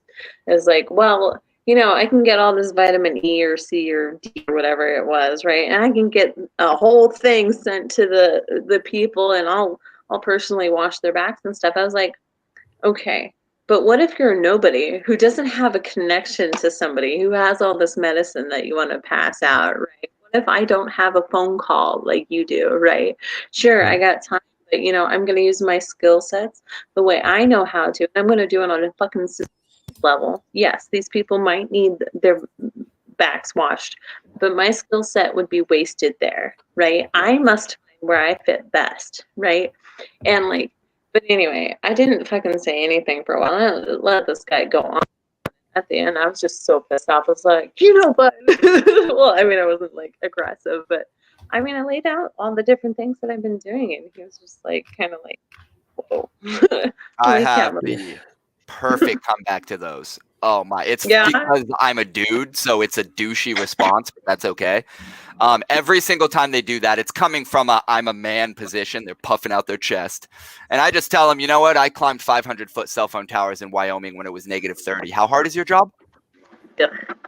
Gross. And statistically speaking, my job was the second most fatal job in the world outside of Alaskan fishermen. So unless you were an Alaskan fisherman, and I support UBI. So what's your excuse again? Because my mother could have used it when I was growing up. My sister could use it as a single mother. My grandmother could use it. My grandfather, who has PTSD from the military, could use it. Many people could use it. It's not for me, you selfish asshole.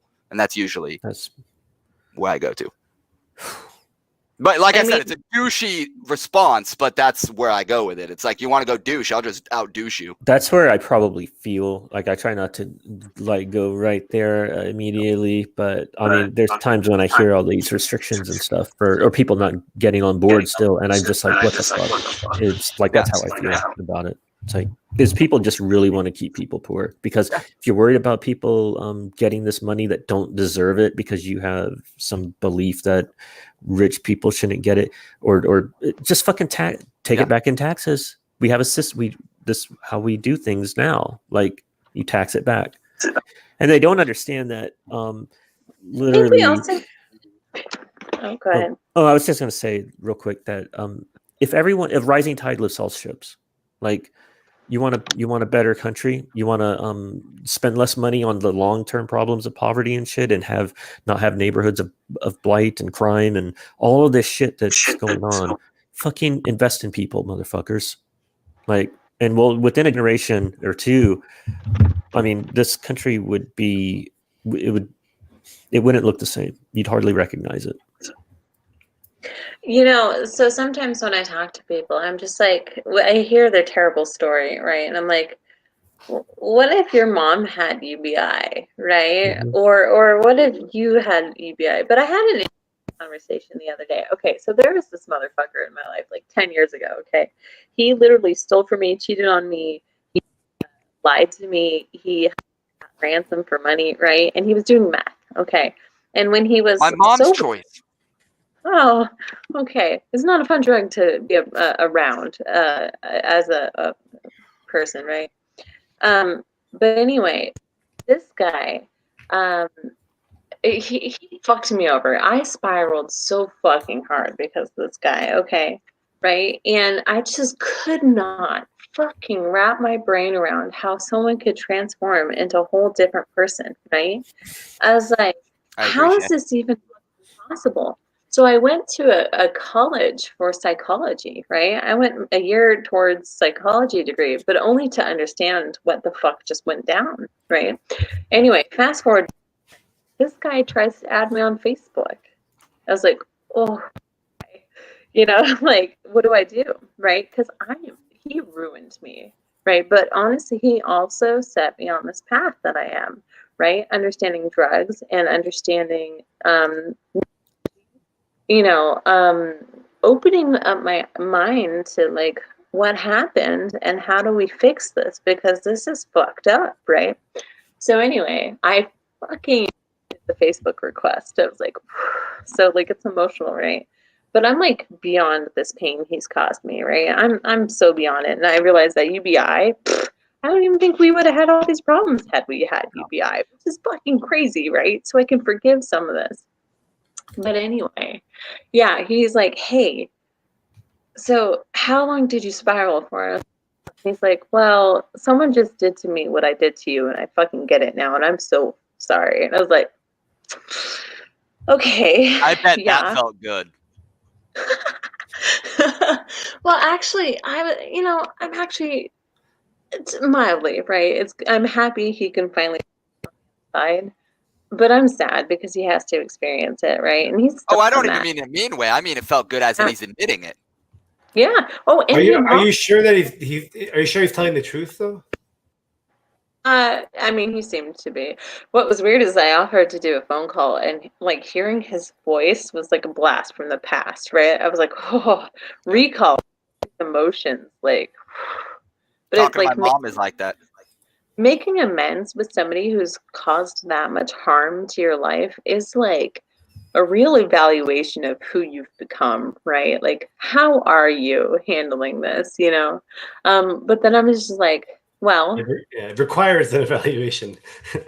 but I asked him about, about money, or like, are you doing math because of money? And he's like, oh, I'm not even worried about money right now. I was like, okay, well, this girl that was causing you all this pain, what about her? And he's like, oh yeah, she was obsessed about it. She would like stack it and like count it, and essentially she started doing heroin, right, the needles. And so he was like, she just changed and she was obsessed about money. And it's like, okay, but see, now I have the opportunity to like questions about the mind of a druggie, and like he's like, I have no reason to lie to you. And it really comes off that way, at least, but it's just like he hasn't even moved like his life anywhere, right? He's doing tattooing now, right? So he's got like actual income coming in, but I mean, he's still spiraling, right? No, that's a typical thing, yeah. And his family, like, but the trauma that happened in his childhood, like that really does affect you when you're an adult.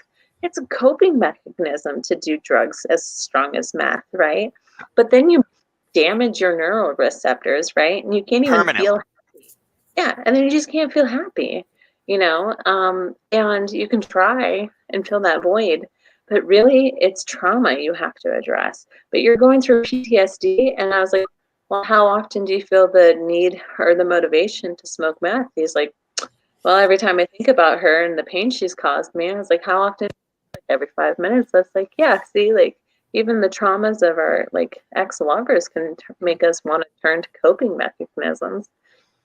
Like, I was what going do to you? say my mom calls me at least every 2 weeks saying she's tempted to do it at least every 2 weeks. Wow. I mean, she's been off it forever now, but at least every 2 weeks she'll call me. Wow. Is that part of how you think she avoids it? Oh, absolutely. Yeah. Because I have a way of talking about growing up and how it affected us in a don't feel bad way, but the drugs caused a lot of it. Do you want that again? Right. Because I learned some very hard lessons growing up. The combination of my mom being addicted to drugs, it's very easy to blame her, which I did for a long time. Then I had a girlfriend, that typical, I basically dated my mom. And so she got hooked on drugs hard and got hooked when she was going through a custody battle with her ex. So tough time. So she got hooked on drugs in that time. And so basically what went through my mind is, and the reason it was a tough lesson is now I couldn't stop my mother from doing it and I couldn't stop my girlfriend from doing it. So maybe it's not an issue with them. Maybe the drug's so powerful that they need other help and that's why they're doing it. And there's nothing anybody can do. They have to help themselves, which goes back to the UBI. Right. Always goes back to the UBI. You know, and I really do think UBI would at least give them a fucking fighting chance. You know, it might not ever help them, but it might give them a fucking chance. Yeah. Right? Like, you know, even with this guy, you know, like, even though he says money isn't such a big deal, you know, maybe it would be a lot nicer still, right? He could maybe move away from some of the people that are causing him to want to, you know, shoot back up or, you know, sorry, I guess he's or maybe he's saying it's not a big deal because he doesn't want it to be a big deal. Yeah. Or it's not a big deal now because he used to worry about it so bad. And now it's like, now that he's sober, it's like, fuck. Because like that's what my mom does. Like you get so used to being poor, it's almost like you don't even feel poor. That's right. I was going to say that, yeah. There's a lot of poor people that don't have a concept really of what money is, like that they don't have it and how much they have no idea how rich people live and what their lives are like versus what they're dealing with. But you know, what's interesting. Go ahead. No, go ahead. Faye. I've been nomadic, right? And I have the opportunity to stay in all sorts of houses as I travel. You know, I've stayed with people who have really nice places, and I've stayed with people with absolutely nothing in a tent. Okay. And so you see how they live, right? Well, the ones with big houses, guess what? They're selling fucking cocaine. Okay. That's what they're doing to make it. They're very good at it. And yeah, but there's a lot of them. And I'm just like thinking, I'm like, literally everyone I'm meeting go to jail for something, right? Mm-hmm. And what am I as like their friend, you know, like to knowing what they're doing, really, but they're doing coping mechanisms, right? And or trying to fucking make ends meet. But I've seen a lot of illegal activity, a lot of drugs, you know, but I've met people who smuggled like blocks of weed across the border of Mexico, okay? And they had a special purse that had some I couldn't see, right? And if I did, a lot of people would be angry and like, ooh, what are you doing? Like, do I want to know you? Should I leave now? Right? You know, and like, but even the rich people are fucking miserable is what I'm trying to say. Mm-hmm. Oh yeah. They're miserable. I mean, a few of them are happier. Oh shit! I kicked Mike off by accident. I was trying to kick off the share screen. That's hilarious. He's like, shit. You can get him back on. You've been canceled, Michael. You've been canceled. Going around canceling people. This is what you get. This is why we can't have nice things. So okay, you've been canceled. You've been canceled, Mike. Sorry, I canceled you. Are you for real? You gotta add yourself to the list, bro. I tried to kick off your screen. But you did it. You did a good job. Yeah. Really kicked you off. kick the screen way the fuck off. Yeah, there's a lot of uncomfortable truths that people don't like to face when it comes to poverty. Like I had a 15-year-old friend who we'd play basketball in the park, and while we're playing basketball, he's selling marijuana out of his backpack because his single mother can't pay the rent without it. Shit like that, people don't want to face. Yeah. Dude, I just was around a friend of mine who their house is like full of all these business ventures that they have, right? But they can't make enough to pay their rent. They had an eviction notice. Their house is like literally sideways. You can see gaps, right? And there's cockroaches. I stepped on one. It got stuck between my toes for a half second. It was gross, okay? And he has a daughter that he can't see because he has to work all the time. And the wife, or not wife, but the girlfriend that he used to have, right? She doesn't, they're not together anymore, but he's got this baby. He wants the baby. But then, like, you know, he's working, he used to do music. Well, all the bars shut down, which is like most of the income. And other musicians in the Austin, Texas area, that's 70 to 80% of their income, you know? And there's a lot of musicians out there because that's the thing, right? Music in Austin is major, right? So you think about these people who live off tips, you know, who live off these bars and social events, and they're just done for, right? And so now he's delivering, right? And only eats once a day. Yeah. What is going on in our fucking country? And I'm gonna grab a drink real quick. Be right back. All right, bud. Yeah. That's a fun conversation that I like to have. I actually had it with a nice lady, and it's a really sensitive conversation because you have to understand where they're coming from. But it's the people that don't have a lot of money being against UBI because, or being against like the unemployment and stuff like that, because like, why are they getting as much on unemployment as I'm getting by working? And I always say the same thing every time: is the issue the people getting enough to survive, or the fact that your employer is paying you as much as they need to survive? What's really the issue there? Yeah. And and usually when you say it like that, people will think about it, but like, you can't even get mad at them for thinking the way they do because they're in that scarcity mindset. They're in that survival mode. So they're thinking, I can do it. Why can't I? And because it's so hard to sit back and think, well, maybe they can. The people who are most against it that I've met are people who bust ass and barely sleep. Yep. Right? Yep.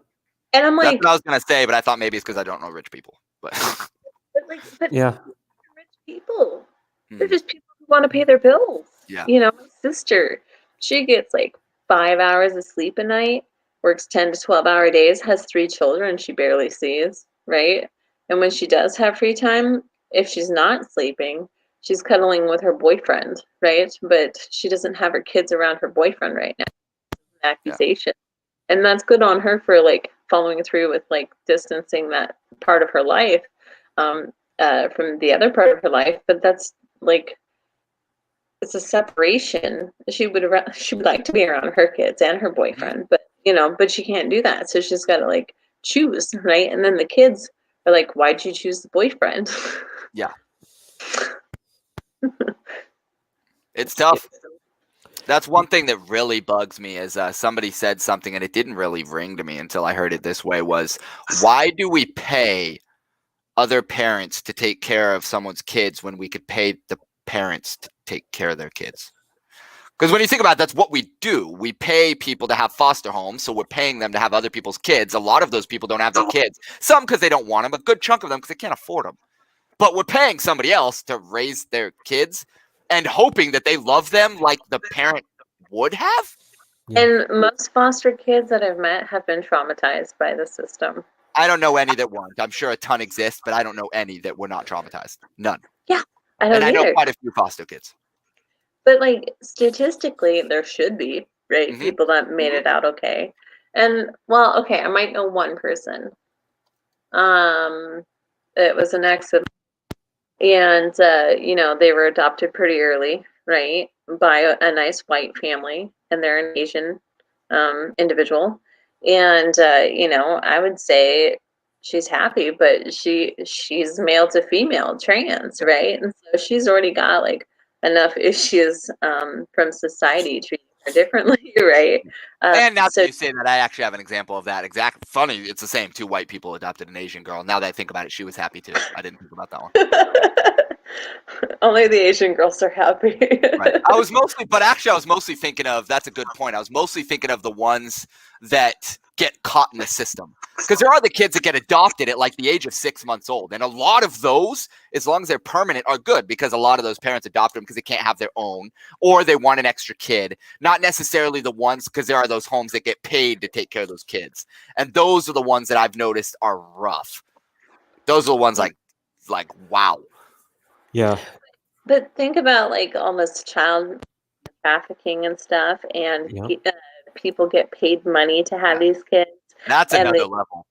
And then they're just like, oh, here, since you're now free labor, come here and do stuff. So I'm going to capitalize off getting from the government, and I'm going to capitalize off of child labor. And you're just going to have to deal with it. And these kids don't even know any other life, really, except for abuse. About that, like, lied, stole, and cheated and was doing meth. He was in foster care for a while. Like, that probably fucked him up more. I bet the problem is much, much, much worse than most people realize, because, you know, if this year every corner of the government's like whatever they're doing, it's been uncovered, and it's like shit. It's like way every area we look is worse, and this one I bet it's bad. I know it's bad. I mean, but I have no doubt. What's the topic here? Oh, we were talking about foster and how it can be traumatizing. Is Faye's audio been consistently? Yeah, it's just cutting out a little bit. I've been able to make out what she's saying. What did she just say now? She was saying foster care and how it's negatively or positively impacting. All right, cool. I would say, like, what scares me about it, and this is from a personal level, unfortunately, is I grew up, I had my mother, and that's what's scary about it. Is I had my mother, and I didn't have a father. And I haven't spoke about this publicly. I'm doing it because it's 12 and 3 years or whatever. But the last 2 years or so hit me hard. Like, I was like in a mental institution, gun in my mouth, like hard. And that's because I grew up without a father. And it hit me hard. So you grew up without two parents? That's gonna... I had one. That's gonna fuck you up. Bad. I want to say I'm so sorry for the trauma that you've... Thank you for feeling vulnerable enough to talk about it here. I see you, I hear you, and I believe you. And I'm so sorry that you had to experience that. And to be honest, like I said, I made it out okay. I made it out good. It's those that didn't that worry me. The ones that didn't make it out okay. There's a lot of them. Mm-hmm. A lot of them. Yeah, it fucking sucks, dude. So, anyway. It is what it is. You know, we make it past it. Like I said, I'm happy because I made it past it. I'm good now. What I'm sad about is the people that don't. I think I'm just trying to put myself through the shoes of someone going through that. It's like, man, I think I would carry a fucking like weight for like a hate, like almost animosity towards society, I think. And I think that's a lot of the problems we're seeing in society is it's a lot of angerness, a lot of bitterness. Mm-hmm. Yeah. But that's why we're here. We're here to fucking... That's why you got to talk about it. You steamroll over that shit. Yeah. A lot of people have to deal with their own shit. And you can't even start doing it unless your brain is available to do the processing. You have to be in a receptive mode when most people are just in a give information. They don't want to receive anything. Mm-hmm. Yeah, and just Maslow's triangle too. You know, the self-actualization part is up there. That involves getting over trauma too. Absolutely. You can't even get up there, without place to live, something to eat. And I actually lost my train of thought. I was thinking about it. That's why I brought it up in the first place. I got lucky because that took me 2 years. So I had enough financially, barely, but I survived for 2 years. That's how long it took to recover and to actually not be insane. And to expect somebody to survive for 2 years with nothing, like I did because I got lucky. But other people, dude, are you kidding me? If you don't have family, you're screwed. Mm-hmm. Like, good luck. And if you do drugs, you'd be ostracized from your own social networks, right? Maybe your family is like, oh, you're just a lost cause now. Right? That's because they're like, fuck. Yeah, I mean, they get people trapped in that. Like, they've got no option but to resort to activities around in that area that's going to end up getting them in jail, and then they're in this trap. They can't get work, and then if they are on probation, I know some, like, story after story, someone's like a driver and they make their living by driving their Uber, and they get dinged for a marijuana test or something. The cop takes away their license. Mm-hmm. What the fuck's he supposed to do now? Like, what problem are you fixing? Yeah, he didn't fix anything. He just guaranteed he's gonna have to do some shit that's gonna end up putting him back in. Like, so he might have been smoking weed. Now he's selling it to survive. Good job. Yeah, that's it. It just is. Being really broke and traveling the U.S., I have this opportunity to get pulled over and harassed by cops a lot. I don't know. It just seems to be a thing. I don't know. But I want to dare them to throw me in jail for being broke. Like, bring it on. Give me my day in court. Do you not see how unethical what you're doing right now is? Oh, I just want to, I play with fire, but really so broke that I can't meet these basic needs, and they could just ruin it for me. I want to, like, deep down, small, because of the people and networks that I have right now. I want them to see how fucked up our system is, and I have a lot of people who are really protective of me, right, and understand my situation. And it would almost just irritate them enough, I think, theoretically, that something would happen. Be like, this is not okay, right?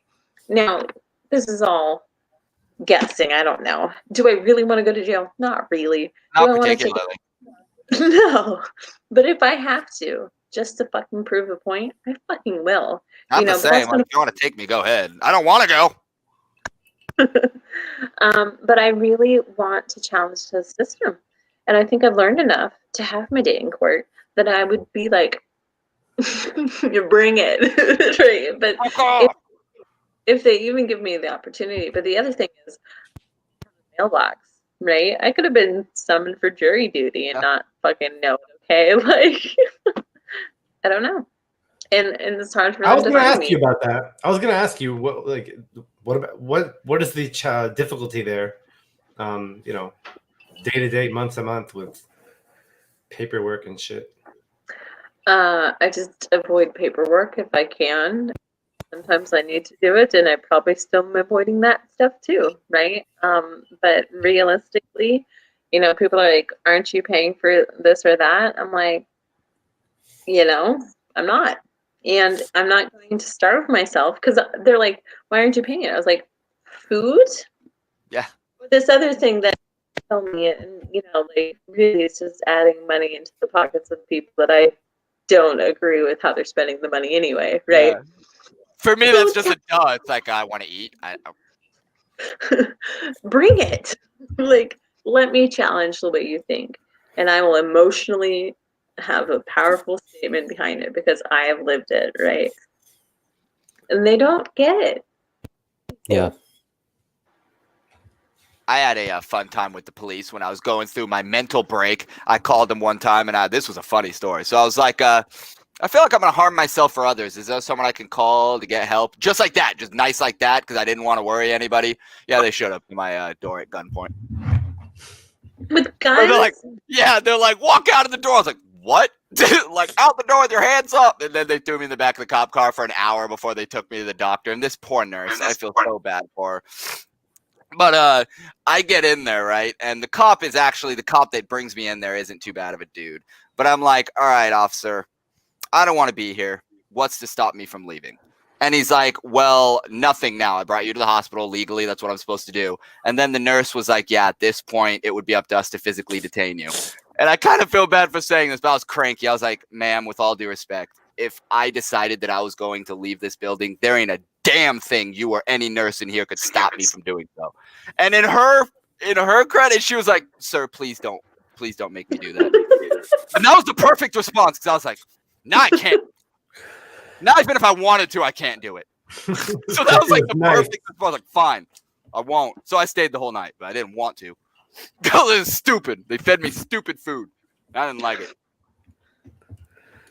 And how much was the bill for that? Oh, it was like 70 grand. Holy fuck. Yeah, it's excellent. It's like extortion. Yeah, it's ridiculous. That's when I throw that shit in the trash. To be fair, though, they called me asking for the money, and I flat told them the cops brought me in. I wanted to leave. You guys held me against my will. I'm not paying this bill, and I've never heard from them since. Yeah.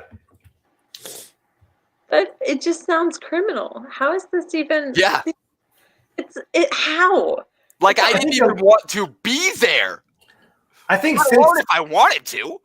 I think since at least I'm totally like spitballing here. Like, I could be wrong on the timing, but I think at least since the financial crisis, 2008, 2009, I feel like people can get away with not paying their debts a little easier. Yeah. Yeah. And I got away with a few hundred, on a credit card. I don't pay some debt. Let it go. Debt's been profitized in America. I walked away from my first home purchase. So I purchased it for $160K in 2000 and when was it? I want to say 2008, maybe. Sometime it was just before everything. I I was the last guy that purchased before the bottom fell out, and I saw my home value go from 160 to 80,000 in like 2 years. Oh, wow! Yeah, and the neighborhood was going up, like homes going vacant. It started to go down, and so I went and saw a real estate lawyer and brought him my stuff and said, what are my options? And he said, walk away. He said, state of Arizona, these are the laws. You'd be stupid not to. You cut your financial losses, and this is you're never going to cover all out from under this. Makes sense. Yeah. Oh, Kevin said he'll hop on now. He changed his mind. So, what is the actionable items, Mr. Think Tank? Who, me? Well, just all of you are Mr. Think Tank at this point, right? Well, I don't know. I think Mike and I have been kind of, bouncing ideas off of each other for a few weeks now, and we're not very structured. He throws a lot of things up against the wall, as he says. Who do we need to honor? What is the criteria we must fulfill? I think we need a strategy for. All right, look. Obviously, cash relief is the priority, but the easiest way to look at it, if you're going to look at only one thing, is like, okay, this is going to be handled hopefully in the next couple of months. So if you're looking at a long-term strategy for UBI, Biden's first 100 days. Like that's the most. Well, for what? For UBI or for cash? I mean, hopefully the cash relief. Well, the cash relief it would lead into that's you get the UBI for the emergency assistance, and then you make the case, you pivot and start making the case for keeping it permanent. I think it's going to communities, getting people on the ground, but also in real life too, and going into different Facebook groups. Yeah, random Facebook groups that have to do with, like you said, Faye, you bring people in. You were bringing people in to help who are already kind of interested or who were intrigued by appealing. Some of them didn't even support UBI. Right. And then I full on onboarded them. I'm like, come come to this UBI car parade. Like, so you're the one bringing them in. Because I come across them. I was like, you don't support UBI? What the hell are you doing here? Like, why are you? What are you doing? Yeah, like you're in the wrong. And it was so many people, guys. It's so disgusting. But really, all I have to do is tell my story, and I'm way excited when it's fine. Huh? I'll turn them all. It's fine. We'll talk about UBI. I'm trying to honor them. I think my strategy is the reason I'm really going to Georgia is not necessarily to help flip the Senate, but I'm scouting for people to onboard. I want to help record what's happening on the ground level. And I say it again, on the ground level? I want to record things on the ground level, kind of like a reporter, but the broke version of it, but I need to tell my story too. So right. And There's a lot of news channels there. I got a great fucking story. Come here. I'll even throw my puppet on my hand, okay, if I must. Come here. Like, isn't this an interesting story? But these are strategies I will try, and I really, it doesn't affect like them trying to house me if I'm not door knocking. I'm like, I have a purpose. It's just not exactly in alignment with what you guys are bringing people here for. But I think my tactic is. No, it is. No, getting the people engaged is like number one. Like that's like, yeah, bringing people in is a big deal. And then if you get them like that, when someone we used to do that on Twitter a lot. It's like if you saw someone new, like express interest, like, people go out of their way to like chat with them and bring them, I don't know, just get them involved, I guess. But that's, I just want to get out of echo chambers. Fuck the echo chambers. Yeah. Come here, talk to me. Yeah, well, I think it's both, though. I think we got to get out of echo chambers, and we also have to strengthen the base camp. As I would call it, we have to strengthen YangBang too, because we're so wide politically, and so many different opinions that are all going for the same cause. We have to constantly be working on that relationship with each other. And I think that's important. Well, dude, I mean, significant amount of conversations with people, right? Like, I actually, I had to start a notebook that has people's names in it. Okay, like, phone numbers too. Eventually I'll get to phone numbers, but like these are just people that I've onboarded. These are people I've been messaging or working with, like teams, their visions, right? Right now it literally only has their name though, right? But there was hundreds of people that I had to write, and some are a little more important than others, right?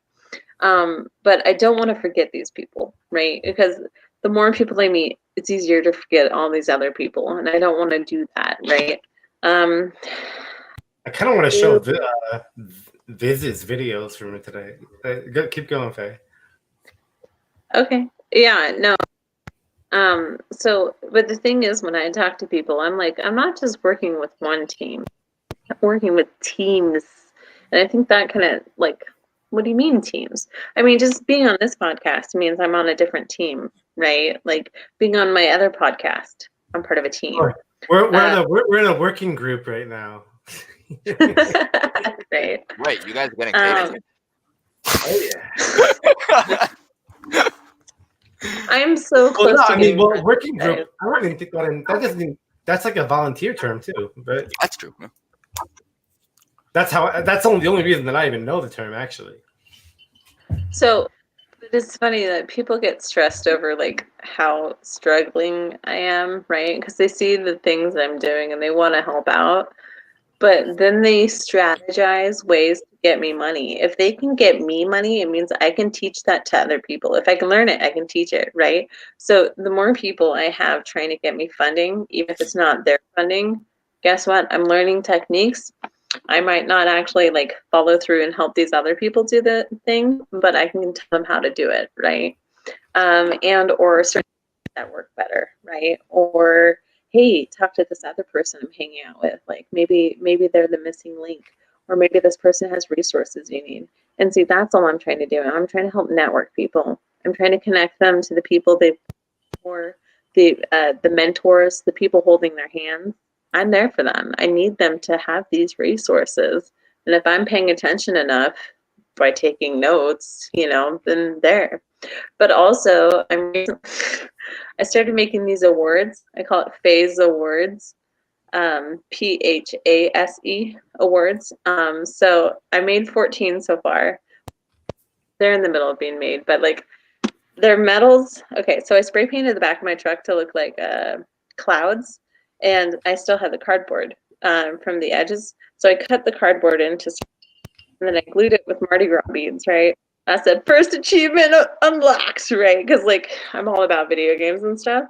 And on the other side, I put Kismet, which is just the name of my truck, right? So it's personalized to my journey as a nomad. But then I have old drawings of I like cut out if I'm carrying my stuff, it means I've been traveling with it all across the U.S., right? So these people have little memories that I'm like putting the reach of the little art pieces in there, telling my story. And I just want to really reward the people who are doing a fantastic job, right? And these are people who aren't even gang, right? So I've got a list of like 14, and I wanted to do 50, but like it's already taking a long ass time. But like I have special shells that I've been carrying with me that I wrote on. I have rocks that I've picked up, feathers I've collected, right? Like it's so custom and that to me, I don't know. Yang did his thank you thing for people, like the humanity, whatever. I was like, I could do that, but I could do better. So that's pretty cool. Motivated you, huh? So only special people get it. No. So remember we were talking about how you were onboarding people or yanging people that were not even into UBI or anything.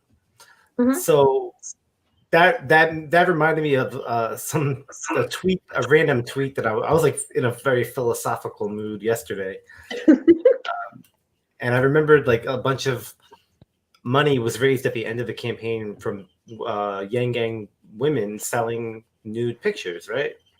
Oh, I remember that. Yeah, that was a good time. So yeah, I'm going to share my screen. We can read through my weird thought process here and kind of how tie it back into with us. No. Okay. my tweet about that. Now I feel left out. I'll bring it up here. But it's like that's still objectifying these women, right? No, I know.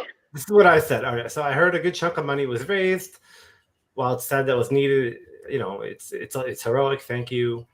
And I kind of a tongue-in-cheek question here, like, can we really afford to take? But it's a serious question too. Like, can we really afford to take any humane options off the table? So I'm kind of trying to justify it. And some people would say, well, it doesn't need to be justified. That's capitalism. That's their right, and I agree with that. But some people might ask that question anyway, so I kind of addressed it.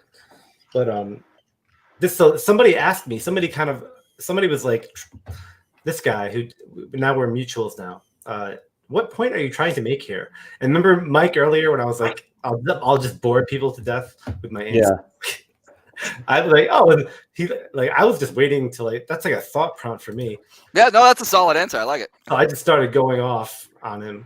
Yeah, I like it. I remember that. It was it was hard for me to. I knew that I needed to think about that because I didn't know where to, it is.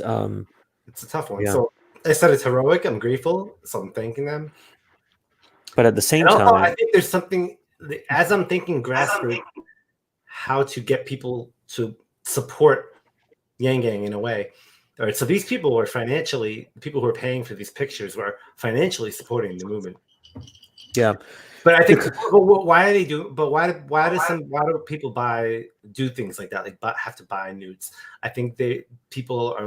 It's not just a mindset, but it's a real thing. Scarcity, and I think there is some kind of attention or love that they. So attention that they need. So, but here, this is what I wrote here, bro. So I said, I think it points to a demand in the market, both economic and sociocultural, for a demand for attention, which can be linked to a mindset of scarcity, and that the supply for this type of need can be satisfied in a number of ways. The vast majority of which require less bravery and exposure than a nude photo. So, and then I kept going. So this ties back into what Faye was saying. This can be used in a fundraising scenario or just getting people into YangBang, grassroots persuasion. And, there's a lot of ways that we can, you can read it. I'll let you read it. Did you address the one issue? I think that matters, or not for me, that was bothering me was like there was a lot of pressure to raise money at the time. Like there was from the campaign for like we donate, like a lot of pressure on people to try to meet these fundraising goals. And if that was if someone was feeling that pressure and was doing this because of that pressure, that's where I think maybe that's a big part. Maybe that's like more than we would think of why Yang did. I would love to touch on this. Yeah, I would love to touch on this. Okay, so just imagine, or don't imagine, but like if I was to be one of these people that gave nudes, right, to raise money, you know, what would happen is I would get onslaughted by creepy posts of people objectifying me and saying comments that make me feel like more like an object than a human being. Okay. Mm-hmm.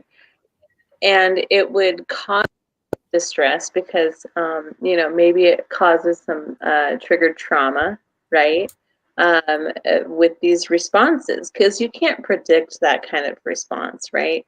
But then if everybody's looking at you like you're an object, they don't even fucking take you serious, okay? Yeah. And then all I am is just fucking flesh to you at this point, right? And I think, you know, if we had UBI, I would know if they really consent to doing this, right? But I think some of these women are just doing it because either they were groomed into prostitution, or maybe a boyfriend made them feel sexy. Maybe they do feel sexy and empowered by this, right? Like, I'm not just like they could enjoy this attention. But without UBI, I don't know if they truly consent, or they're doing the only thing they know how, because that's all anybody has ever made them feel is like their value, is their body. Now, women do have ATMs between their legs to some capacity. Yep. Kind of fucked up, in my opinion. Right? It is. Like, that's kind of what I was trying to like creatively. I was trying to think through that and like, is there a way to satisfy that demand? If it is just more about attention, more than just a sexual thing. And use that to get to people instead. So I just think charming people, being nice to them, communicating with them, getting on a Zoom call with them. You know, some people just need interaction. So like you said, you got people on that had nothing to do with UBI, and you got them all the way in. Well, I think we can do that. But that requires us going out and being organized, and like, I mean, if we want to know the data, if we want to get the data and be organized, like going out into those different groups and talking to people and bringing them in, and like these humanity hangs that Humanity Forward does. We should just have a room we should have a room that is open all day. How about that for an idea? I actually think this is a good example. I think of I think could be a trend, maybe a problem going on in YangBang, which it makes complete sense, because to believe in Yang, really, you have to think. Otherwise, why are you believing in him? That's an honest question. I would like, who told you about him and you didn't think about him? Who was like, this dude, nobody knows, I support him for no reason. But that's beside the point anyways.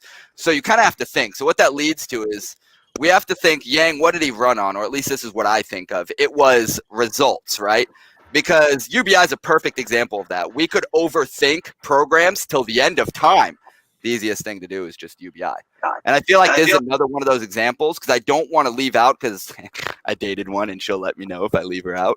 There are those women that do dance because they enjoy dancing.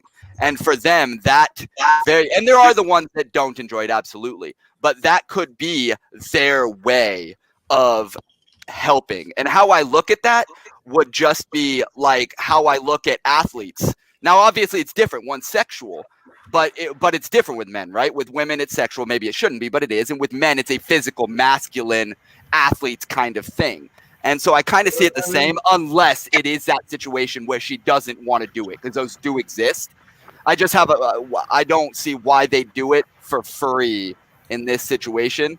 But yeah, like like my sister does it, and she likes doing it, but she wouldn't if she had more money. And she's one of those weird situations where she does like doing it, but she wouldn't do it if she didn't need the money. It's really weird. I don't fucking know. Whatever. Yeah. So hey, Kevin's here. What's up, Kevin? Hello. What's up, Kevin? What's up? Kevin, have you met Alex before? Probably not. I don't think so. I may have seen your name somewhere. I should put up your handle or something. But anyway, I know Alex. He was helping out with Erica's campaign, so I know him through that channel. I should say, because this will probably help you, this is the first time I've ever appeared on anything that's not mine. Oh. If you're ever looking for, I love being guests on podcasts, by the way. To anybody. I'll remember that. Oh yeah, you gotta have me on too, motherfucker. Yeah. Come on. Mine and Nnamdi's podcast is a little different. We literally just flick whatever shit we can. Sometimes it's politics, sometimes it's sports, sometimes it's movies, it's whatever. Yeah, that's We did not have much politics going on the first 10 episodes. A good way to put it is everybody's catching these hands on ours. Everybody's catching these hands. So, Shy. What's up, Shy? By the way, I think we showed your comment earlier, but hello. I never said. Is it Shy or Shay? It's Shy, actually. We originally thought it was Shay, but she corrected us. Oh, so I suck. All right, good to know. So, very rude of me. Sorry. Hello, Shy. And she said that the movement was actually called Humanity Thirst. Now, I had no idea that was associated with the nude picture thing. I just knew that as a Twitter hashtag. I thought it was just horny YangBang. Like, I'm just gonna say it's a good name. I'm just saying, solid name, good marketing. Right. Whether I agree with it or not, good marketing. Just say it. And then she wants to know where's the data that it made that much money. So that's a good point. That's what I'm saying. I don't know if it was why somebody would do it if they didn't have to, because they're not getting paid. You know what I mean? Back to this part. She said sometimes it was just fully clothed, which is. I was joking earlier. Like I made a joke last week on Twitter. I was like, I want to make an OnlyFans with just me topless reading Andrew Yang's stump speech. And it got a decent amount of likes. Not that many. Okay. I got up around 50 people who liked it. But it got me thinking, like, maybe I should do that. Like, there's one thing I wanted to do. I didn't quite the victim's one. I didn't know how the message. Wait, hold on. Did anybody else hear that? I didn't catch what you said. Can you hear me now? Yep. No? Good. Yeah. Okay. I don't know if my hand was on the microphone or something. So I wanted to commercial where I was just flirting with the camera, but I was asking a fictitious person what would you do with $1,000 a month? Oh my god, I saw that. You're so. Oh yeah. Oh really? Make that face, but not actually say anything. And but it sounds like prostitution. So exactly. I didn't really want to do it like that, So it was just That's what I'm trying to say. I think there's something here where you don't even have to be. It doesn't even have to be sexual, but just. But that's how you get just by the nature of if you're interacting with someone, it's just flirting is not always even sexual. Flirting you should be. I mean, I don't know how to phrase this really, but you should be flirting with your friends. It's not. It's just playing. I do it. Having fun, teasing, not even necessarily teasing, but for that, it all boils down to what do you consider flirting? Right. Someone who was watching some of my podcasts recently, they're like, "You're such a flirt." I was like, Shh. I always say I'm just social. Right, exactly. Yeah, that's how I feel. Because for me, flirting would have to mean that there's some sort of intent, not necessarily ulterior motive. Yeah, some sort of flirtatious intent. If there's not, then how are you flirting? You know what I mean? Well, for example, there's the Schrodinger's intent. Yes, for example, I'll walk in and I work with females, right? And I'll just walk in. To me, this isn't flirting. I go, "Wow, you look really pretty today. Is that new lipstick? Awesome, I like it." And then I'll go in the back room and do my thing. Some people may take that as flirting. I don't. I take that as I like your fucking lipstick. So I told you I like your lipstick. Fuck off. Or you're just being polite and it makes people feel good. Yeah. Now, if they if they say that they're uncomfortable with that, okay, I understand that. I won't do it going forward. But until they do, fuck off. I don't have to worry about that because I never noticed that stuff. I'm that guy. Well, I was going to say that. Did you get your haircut? Yeah, 3 months ago. I was going to say that earlier. I might be a bad example of this, but there are people like me that exist where if you just put something on Twitter and you take pretty selfies of yourself, you don't even have to be that attractive. You just say, taking selfies to raise money for Yang. It could be someone I don't even support as long as I don't dislike them. But if they do something like that and they go, supporting money, I'm going to look at the pictures and I'm going to give them money. They could be completely clothed. It doesn't matter because I thought the message was cute, which that's what I'm looking for, right? Is the cute. That does sell. Just a little nugget of wholesomeness or not even. I just don't want people skeevy. People get skeevy all the time. Like, don't do that. Like, you do not have any right to me like that. Don't you dare call me fucking babe if we've never even talked. Oh, that bugs me, man. That's a trigger word for you, babe. That is for me too. If you're a person that I'm like, flirting with, like a thing with, or whatever, then sure, I'll call you babe all day long. But don't fucking call me babe. You need consent for that. Yeah, like don't do it right off the bat. Yeah, I get objectified all the time. I get hit on all the time. I'm actually by it, okay? Because like. It's not as great as people think because people pressure you to do things you don't want to do. Like, and people know about it. They're like, "Oh, you're just like bragging." Yeah. I want to brag. Okay, I would rather not even have this conversation, but I'm still being objectified. And when I was a professional cuddle buddy, right? Like, people would change the moment I even brought it up, right? Because then they thought, "Ooh, I can get all close up to you." No. Right. And then, you have a tolerance for it, right? Yeah, but then like they just switch like there's a light switch that like, I can cuddle up to you, and some people think the word cuddle means sex. No, it doesn't mean sex, you asshole. Oh, that's right. Faye was a professional cuddler. Yes, that was a thing. It still exists, but I'm sure they've taken a hit during this pandemic. Yeah. 6 feet apart cuddling requirement. Fully. Plastic wall between us. That could work. Maybe if it's bendable or it has like some give to it. If the dude doesn't actually want to be cuddled, yeah, it works. I mean, there are some people like that. That's true. No, I would say all of that's fair. That's one of the unfortunate truths of gender, unfortunately. So I think Shai sent this maybe right before or maybe while I was talking about trying to shift away from having to sell nude photos to other ways of incentivizing donations, and not just donations though. I'm also talking about just engaging people for the movement, and it's just I think just engaging people honestly. I don't know. Everybody's emotional availability is different. And you can't waste your time going around necessarily learning every single person's emotional availability. So if you're just nice to people, you may get a boost from them and they may be extra incentivized because they're available emotionally. You won't know that until you try it. I actually got sidetracked earlier. After the taking your clothes off of money story, I totally forgot what the spot I was going with. That was Andrew Yang. He's always, his big thing, or how I see him, is results oriented.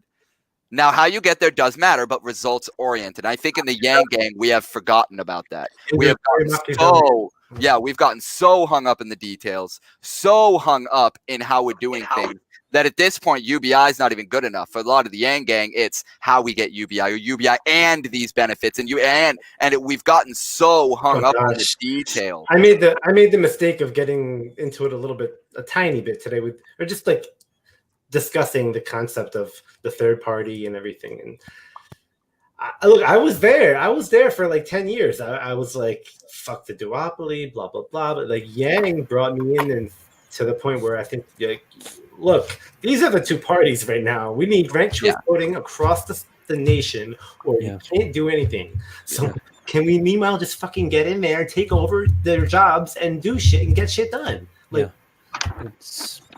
That's the only realistic. Yeah, that one's a struggle. That one's an inner struggle because that one I get it, right? Technically, we could do a third party. The side of the dreamer, yes, you could, but realistically, no, you couldn't. You could also jump 35 feet over a mountain, but no, you fucking couldn't. So it's just like that. Like, could you? Right. No, you couldn't. So would it be a nice message? Sure, I guess you're not going to get anything accomplished. So go ahead, awesome, but you're not going to. You might spread the word more, but people, as Andrew likes to say, it's like 82% of people already support cash relief. Yeah, more than 50% already support UBI. So like we're already getting there. And there's a weird opportunity here if you look at the Democratic Party and the leadership, which is ancient. Like they're not. There's going to be a big changeover in the old guard's going to be out.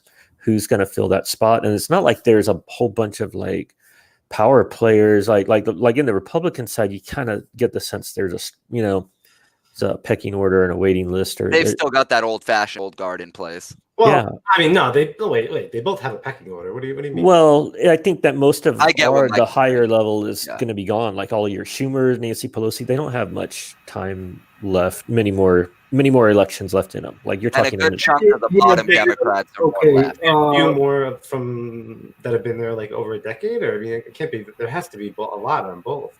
Well, sure.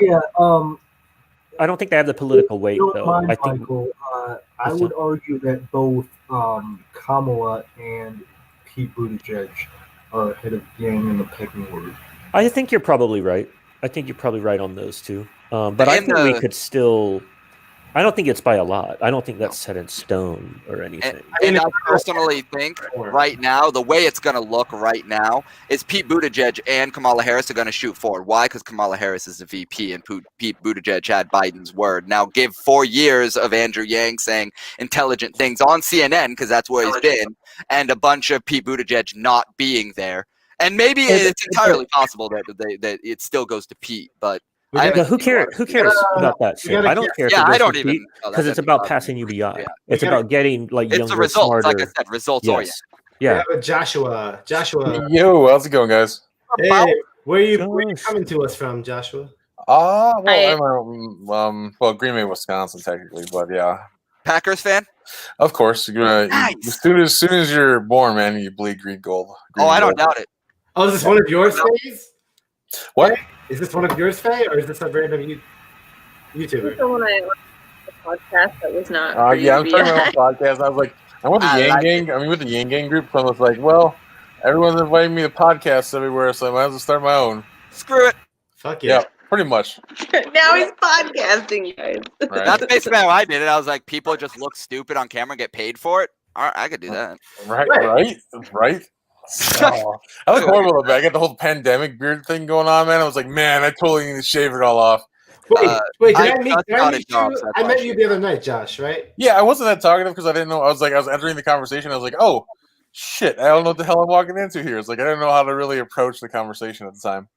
Oh, okay. Well, we got a lot of people on, yeah. Half of us are either stoned or drunk, so you're good. Or both. Yeah, well. At least half of us. I know 3 of us are. Right. I have not been stoned in a couple hours. That counts. Mike, did you run out of alcohol again? You gotta go to the packy. He ran out for like 2 weeks. Yeah, he finished the bottle and then he was like, "Fuck." Well, I poured some liquor in this Burger King Coke earlier. So. Nice. No, like he ran out for like 2 weeks, bro. Like, because he kept like he was too lazy to go to the store. And like I don't leave the house, dog. I'm for real. Like I've been social distancing for like a decade now. Oh, I don't blame you, Doug. You work from home anyways, right? Yeah. Like I work. That's cool. So all right. So anyway, let's get into the fucking Facebook groups. Let's get into the random like crochet groups and like the art groups and the fucking chess groups and like all the fantasy sports and gaming. So what you guys need to do is go into the podcast groups and then get on their shows. Okay, podcasting groups. Got it. That's a good idea. I've yet to actually succeed with that, but like I have like tried to put that out there in the world. Well, I mean, we have the YangBang podcasts. Obviously, we got plenty of those. We got to make the case to other people, though. We got to make the case to people outside of like So I think we're gonna stop like reaching into our own echo chambers right now, right? And like reach outside. Yeah. Yeah, totally. Exactly. That's the theme, kind of the theme for the last half hour to an hour. I also think we need to strengthen base camp. I think we've been talking about just getting to know each other better is really important because we have an unprecedented breadth of diversity across the political spectrum, and we're going to have conflict. It will not stop. We have to get used to it, and we have to keep, whoever is the people who like to be typing about it on Twitter, let them fucking do it. Someone was like, God bless them. I think there was somebody good. I don't remember their name or handle. It had like they don't have a name, they had a handle, but they were distracting me from. I was showing the point of like how Yang was trying to keep it on, to win the seats in Georgia, and like he's all about the Democrat, and like it stemmed from a tweet from Matt talking about, don't do the third party. We got to do them because we want to win. And then, I said I agree with Matt. And then this person was like all like, verklempt. They were all like bothered because we were talking about it. It was like, now you're just distracting from. And they agreed with me too. I'm like they just didn't want to be talking about it. It's like we got to just let the discussion happen. And then, what were you talking about specifically that you should? People, the third party, independent people, 2024 versus the Democrat running as a Democrat. Oh, yeah. No, that's dude. A lot of people have to have a come to, what is the saying? Like come to Jesus moment. Maybe it's come to Democrat moment, and realize Andrew Yang's a Democrat. No, don't phrase it like that, bro. You're calling Democrats the Jesus. It's a Jew. Get them yanged if you know what I mean. What's that? Get them yanged if you know what I mean. Yeah. One of the fun things is YangBang struggles with this. This is a centrist in me. But it's understanding that we need people's votes, not people. And what I mean by that is a good chunk of people that supported Andrew Yang are Donald Trump voters. Love it or hate it. You don't have to converse with them. You don't have to talk to them. But shooting them down, you need their vote. Like mathematically speaking. You ready? I'm ready for this one. So, I am prepared. Dude, first off, you're not gonna appeal to Trump voters and give them, if they're still active Trump voters. Oh no, that's not who I'm talking about. Let me be clear. Okay. I was misunderstood. My bad. I mean people because what the actual statistics of people that already voted for Yang. I'm talking about talking down to them, the people who actually talked to Andrew Yang. And I don't mean not to him. I mean for him, like they support him, but they don't see the same views because they voted for Donald Trump. And how I look at it is we could sit there and we could argue with them all day, right?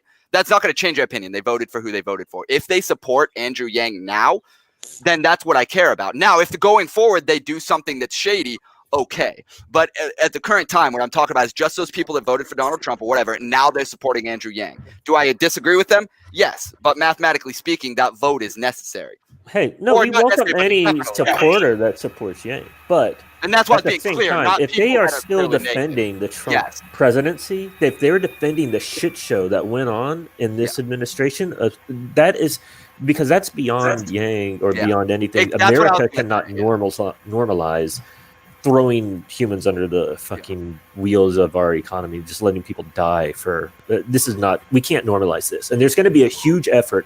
The people behind like MAGA, this movement, they're not going away. They're going to be starting up with the revisionist history is like coming up now. They're going to be hammering that nonstop. And the point is to stay vigilant, right? I'm going to stay on those motherfuckers' asses. Like if someone says like, oh yeah, well Trump did a good job. No, motherfucker, he didn't. And it's important you understand why, because we don't have time we can't have this shit happen anymore. Yeah. It can't happen again. We can't. No. The negative populist movement has to be completely crushed.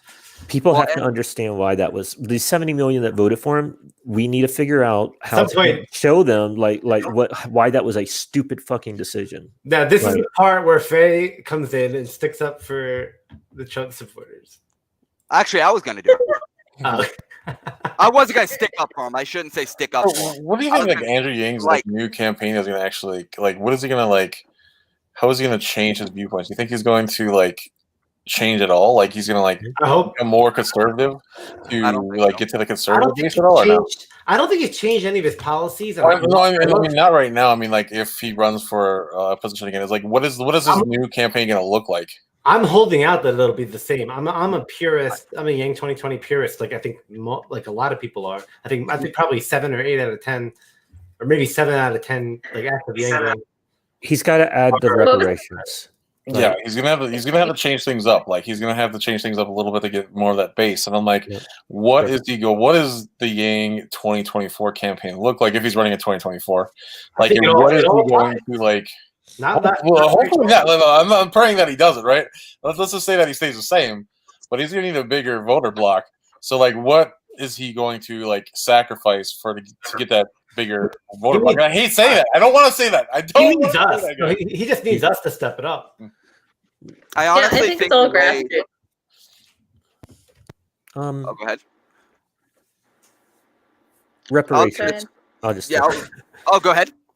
I'd say reparations. I think that the whole the argument or he went on many of the Black radio morning show, the Breakfast Club, and they asked him, what are you going to do for our community? And his answer was UBI. UBI cannot be the answer to that fucking question next time. It has to be reparations. It has to be something significant. There's something called UBI Plus, which kind of factors it in. No, there's a little extra on top of the UBI. No. That's not the answer. It's got to be. You think it should be a separate? It needs to be reparations directly address the history of slavery and the systemic racism that's impacted. But why? I don't understand what you're saying. Why couldn't that be paid on the top of the same check? Because it's not. It needs to address their concern directly, and it feels like when you do UBI plus, you're not honoring that. Okay, you're talking about the presentation. Yes, it needs to be. Yeah, it needs to be presented as like here. This is specifically, and it should, and genuinely, it should. I think it should be like that because it's a pretty big blight on our country's fucking history. So. It is. I'll play devil's advocate on this. I think it might be easier to stomach the other ways. Yeah, go ahead. Yeah, the issue I have with it is I understand reparations, understand it completely. The point of reparations, though, is to support the people who were not supported by their country, right? There were slaves, whatever the case may be. Now, if UBI obviously does this as well, but that assumes that we have other people that didn't go through that through the same time period. Now, obviously, it was for something different, completely different, right? And that's why I'm cool with UBI, is because it covers everything rather than, and so like, I'm not against reparations. I just think the cash aspect won't necessarily fix it. What I'd rather see done is, let's say you go into these African-American communities. Now, this does cost money. It is monetary. But I think the fix is UBI first and foremost, get the families to be able to help themselves and actually physically go into these communities, go into their, maybe it's unrealistic, but go into their police stations, and it's going to be done locally. It doesn't need to be done federally. Make sure everything's working right. Make sure you've got counselors in those locations, because a lot of these situations is just these people don't know how to handle money.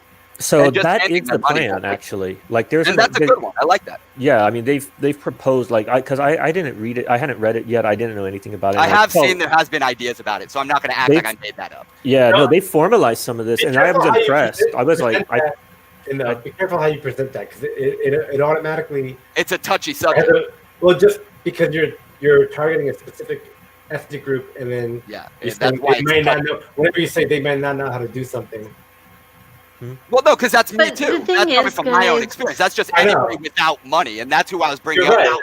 Many people without money who haven't had money for that entire time as well. Yeah, it's something. The thing is, go ahead, sorry. Suffering. Everybody's suffering. I don't care what fucking ethnicity you are. Exactly. Everybody's suffering. Yeah. You guys are suffering too, right?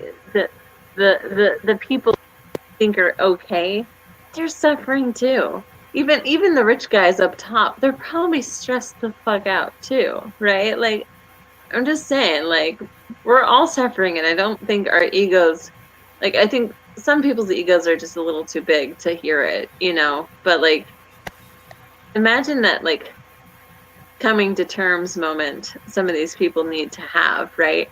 It's going to take a lot for them to get there, right? What people need to have? Huh? Who needs to have the coming to terms moment?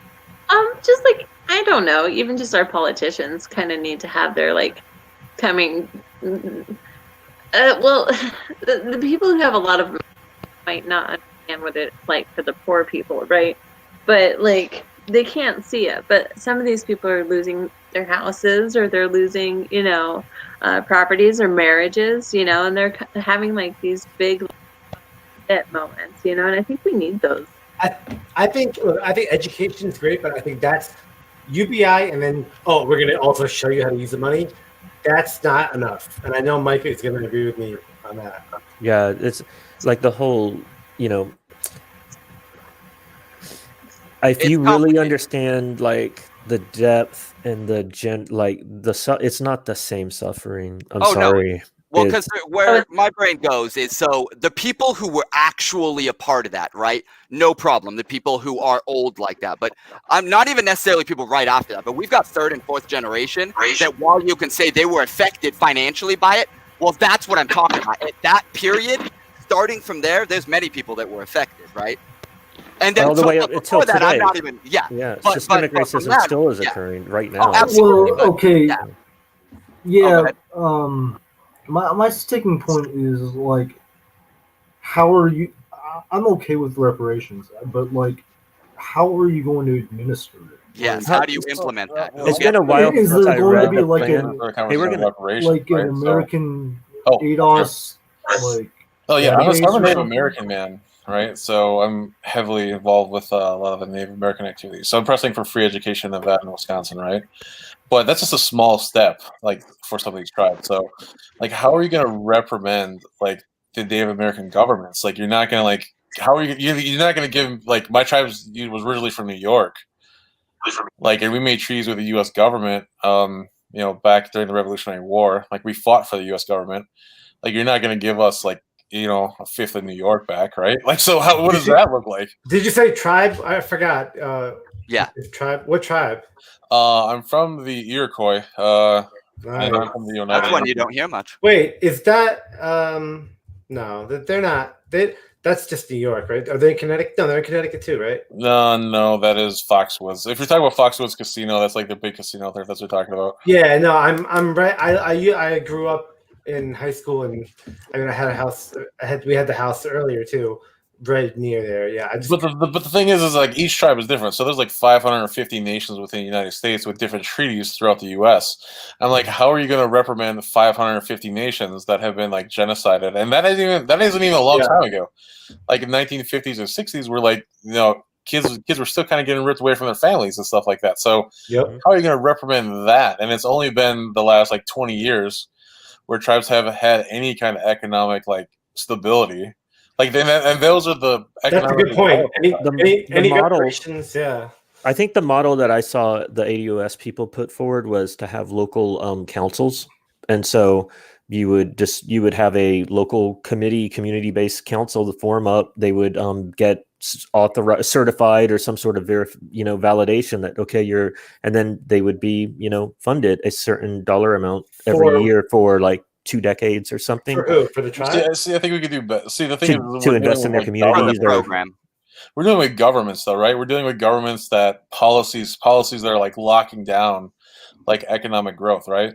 Mm-hmm. So, like when we buy land, it has to go through the trust process, and the trust process, it takes like 7 or 8 years to get off of like the U.S. tax system. So, and they purposely slow it up so you can keep that tax fund from that land coming in. So, what can we do to eliminate policies that are limiting economic growth in the Native American communities? Like it shouldn't be as bad as it is. And one of the things that I research right now is like international trade.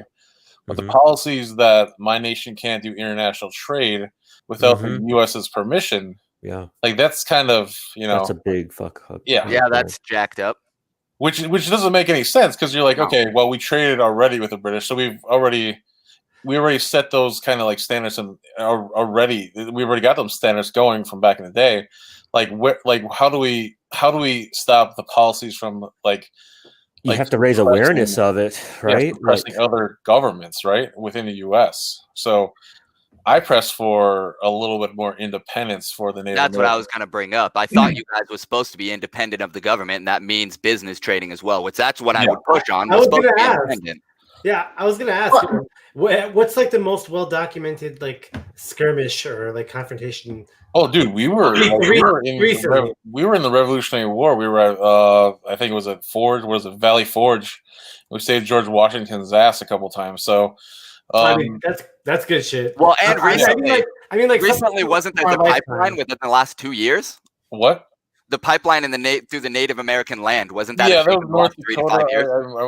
I kind of concentrate on my own tribe a little bit. Like we're just trying to survive because. So, what about you guys? Like for example, in Rhode Island, I think it was the. Hey guys, I don't want to cut this off, but it's 1 a.m. where I'm at, and I do work in 6 hours. All right, bro. Yeah, I'm gonna wrap up in the next 10, 15 anyway. So all right. Great to have you, Bill. No problem. It was fun, guys. You guys have a wonderful rest of your night. I have got to pee. Yeah. Later. Have a good one, guys. Later, bro. Good meeting you guys. Come on again soon. Absolutely. Later. All right. Yeah. What was the question, yes, Shane? Yeah, in Rhode Island, well, we had the Pequots had I believe it was might have been like a cigar shop actually, or something like that, but or tobacco shop, and the Narragansetts. No, it was the Narragansetts, and they had an actual run-in with the state troopers came in and like took all their fucking cigarettes and shit. So I was wondering if you had anything, if you know of anything. Well, yeah, that's the thing too. Is like there's so many laws that are kind of like, okay, like what are we gonna do here? Like there's been situations where, like I think the Senecas or the Mohawks legitimately tore down like United States like dams and stuff like that within their own boundaries, or tear down the road. So like it gets pretty feisty. The Mohawks tend to get a little aggressive. they run around with AK-47s and stuff once in a while, but it gets pretty tense. Interesting. I mean, I'm really glad that you have these viewpoints to share, right? You were talking about on the YangBang Roundtable podcast, I think that's where you said it, but about how you guys were being asked to pay a fine for gathering, right? Oh yeah. So we get attacked by the local municipalities all the time. Like we had to go to the Supreme Court to fight for our sovereignty. Supreme Court, guys. Yeah, we were like I think it was like a 7. Yeah, it was pretty bad, and we had to fight for our sovereignty. And I'm like, that's ridiculous. Like it was over an apple festival. Like it was legitimately, we did a community apple fest where like we would invite all the communities, surrounding communities, and because we were like, okay, we're our own nation, we don't have to pay like an event fee to the county. Like they sued against our sovereignty, saying that we are not a sovereign nation anymore and trying to rip our tribe apart. And I'm like, that is ridiculous. But those are common. Like that's common stuff within Native American communities. Yeah. So, I mean, but how do we larger scale do this for people?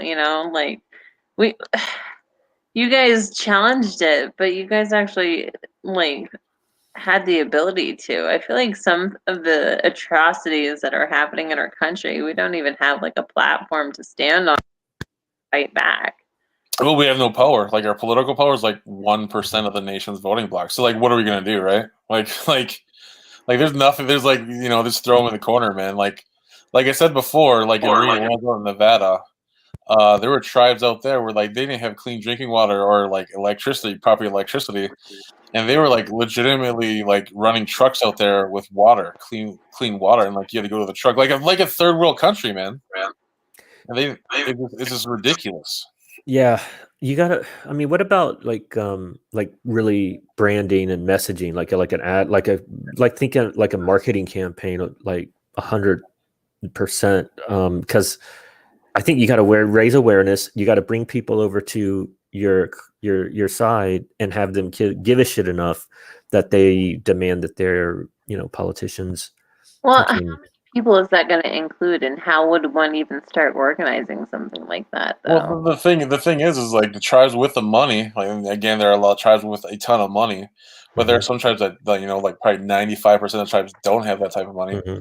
The tribes with money, like these politicians are going to fucking listen to you because they're going to line their pockets, dude. Yep. And it's horrible. It's such a corrupt system. So, anyways, back to reparations. How are we going to get reparations for that? Yeah. I think that there's a framework to bring, your communities in. I guess you'd have to want to take part in it, but that's if you can get reparations for, descendants of slaves. There's a model to follow. Whether you want to be piggyback on it, do a duplicate, or come up with something similar. But I would like to see representation in the Senate. Yeah. Like I think that'd be kind of cool. Like seeing Native American representation in the Senate. Yeah. I mean, there's 550 nations. Why can't we get like a council of 3 or 4 people from like different tribes? Yeah. Yeah. That sounds like. But Shane, you're muted, Shane. If you're talking. Oh, he's not talking. Okay, I guess he's not talking. I thought he was talking. No, I was gonna share something earlier, and then it affected my ability. So how can we get representation in the U.S. Congress? Like that's you would need. Yeah. What about a state? That's gonna compromise your ability to. That's gonna compromise your ability to, or the question is, will it compromise your ability to negotiate for that extra independence? Yeah, that's true. But see, what I'm afraid of is like all of the broke ass people who have been abused by the system, who have no money to stand up for like what's happened to them. People who are wrongfully imprisoned for years, right? And like or who were accused of something that like not even be that big deal, like selling pot or something, right? Like, these are things that people have been drained of money simply by the courts, and they have no money to even stand up against it anymore, But it's everywhere. It's like, But it has to change. It has to. We cannot continue this way. Like, I'm not. All right, so I'm gonna have to cut it. Sorry, guys. Who's Josh? You want to put on one more point? Gonna get 3 hours of sleep. Let me put one more point or one question. Like, what about having a Native American like state? Like, maybe it wouldn't be an official state representative in the Senate, or maybe it would be. I don't know, but like talking like miniature statehood. Yeah, like a non-boundary base. Like because it's gonna be spread across the country. The Navajo is already like that, right? Yeah, and then give them a proper representate. Give them the seat in the Senate. Am I saying the right tribe? I don't even know, man. Honestly, I just focus on Navajo. Yeah, I don't think they have a border. I could be wrong on the tribe, but I think it's Navajo. They're all over, but they have their own. Obviously, they have. Yeah. Well, it depends on each tribe. They each some of them do protect their borders pretty strongly. I know during the pandemic, I want to say some of the tribes in Minnesota were protecting their borders pretty good. But how much cooperation is there between them? Between tribes, there's a lot of cooperation that's going on right now. So it's pretty much like one, changing the policies of the U.S. government, right? Because that's what everybody's fighting for. Yeah. Well, guys, it was a lot of fun being on this podcast. Thanks for having me on. Yeah. Thanks for coming. Josh, I don't know if you have Twitter. Yeah, you on Twitter, Josh? Yeah, so Josh Eastlick on Twitter, and my YouTube is Joshua Eastlick, YouTube/Joshua Eastlick. So, well, you're gonna have to type that. But it's my name. It's basically my name, man, on Twitter, Twitter and Facebook. Yeah. Josh or Joshua? Joshua Eastlick. Yep. All right, cool. We will add you. Come on again, please. Kevin, you want to get a word in? Tell us quickly. I heard the tragic news that Humanity First movement Sunday Night Live is moving to bi-weekly, and I was heartbroken. I had to hop into Brendan's DM to get the news, and I'm just heartbroken. I was looking for the link on Sunday. Tell me what happened. Tell me why you let me down.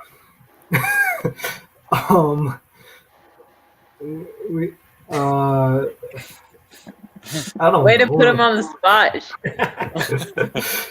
I think it's Kevin's just, on the board. Kevin's on the board. Humanity first. Yeah, I'm on the board of the. Send all the hate mail to him. I think we just had it was probably a combination of meeting fatigue and we just had less to update every week. Oh yeah, right. The elections are over. Yeah. You had all the AMAs before. Mm-hmm. All right, I'll accept your apology. You tried best. Okay. But I would think maybe your next a better answer would be like we're gearing up for big things. we are gearing up for big things, but there you go. I don't think that factored directly into the Sunday Night Live decision. Okay, got you. Well, I think you guys deserve the break from whatever production that requires. So, whatever. I'd love to. What else? What do you guys have going on? What's your next big thing besides Sunday night? Or do you have a guest on Sunday? Scheduled or? Yeah. We're this Sunday. First of all, I'm going on the YangBang Roundtable podcast. Oh, yeah, cool. Kevin's gonna be good. Yeah. Let's go. Yeah. Also, I think I believe Daniel Blackman is our guest this week. He's the other big race in Georgia. Or he's involved with the other big race in Georgia. Okay. I forget what exactly he's running for, but yeah, he'll be on this Sunday. Cool. Oh, cool. All right. Well, on that note, let me get some sleep. Bye, guys. The last word. Let's go. Let's Yang America. My Twitch, Twitter, and TikTok is all Tisdone, TISDONE. If any of your followers are still awake. Ooh. And anybody who watches this, nobody will watch it, but if you do, I got a bunch of big shit planned too. So Yeah. Be ready. All right, guys, I'm gonna bounce out. Fare thee well. See you guys later, man.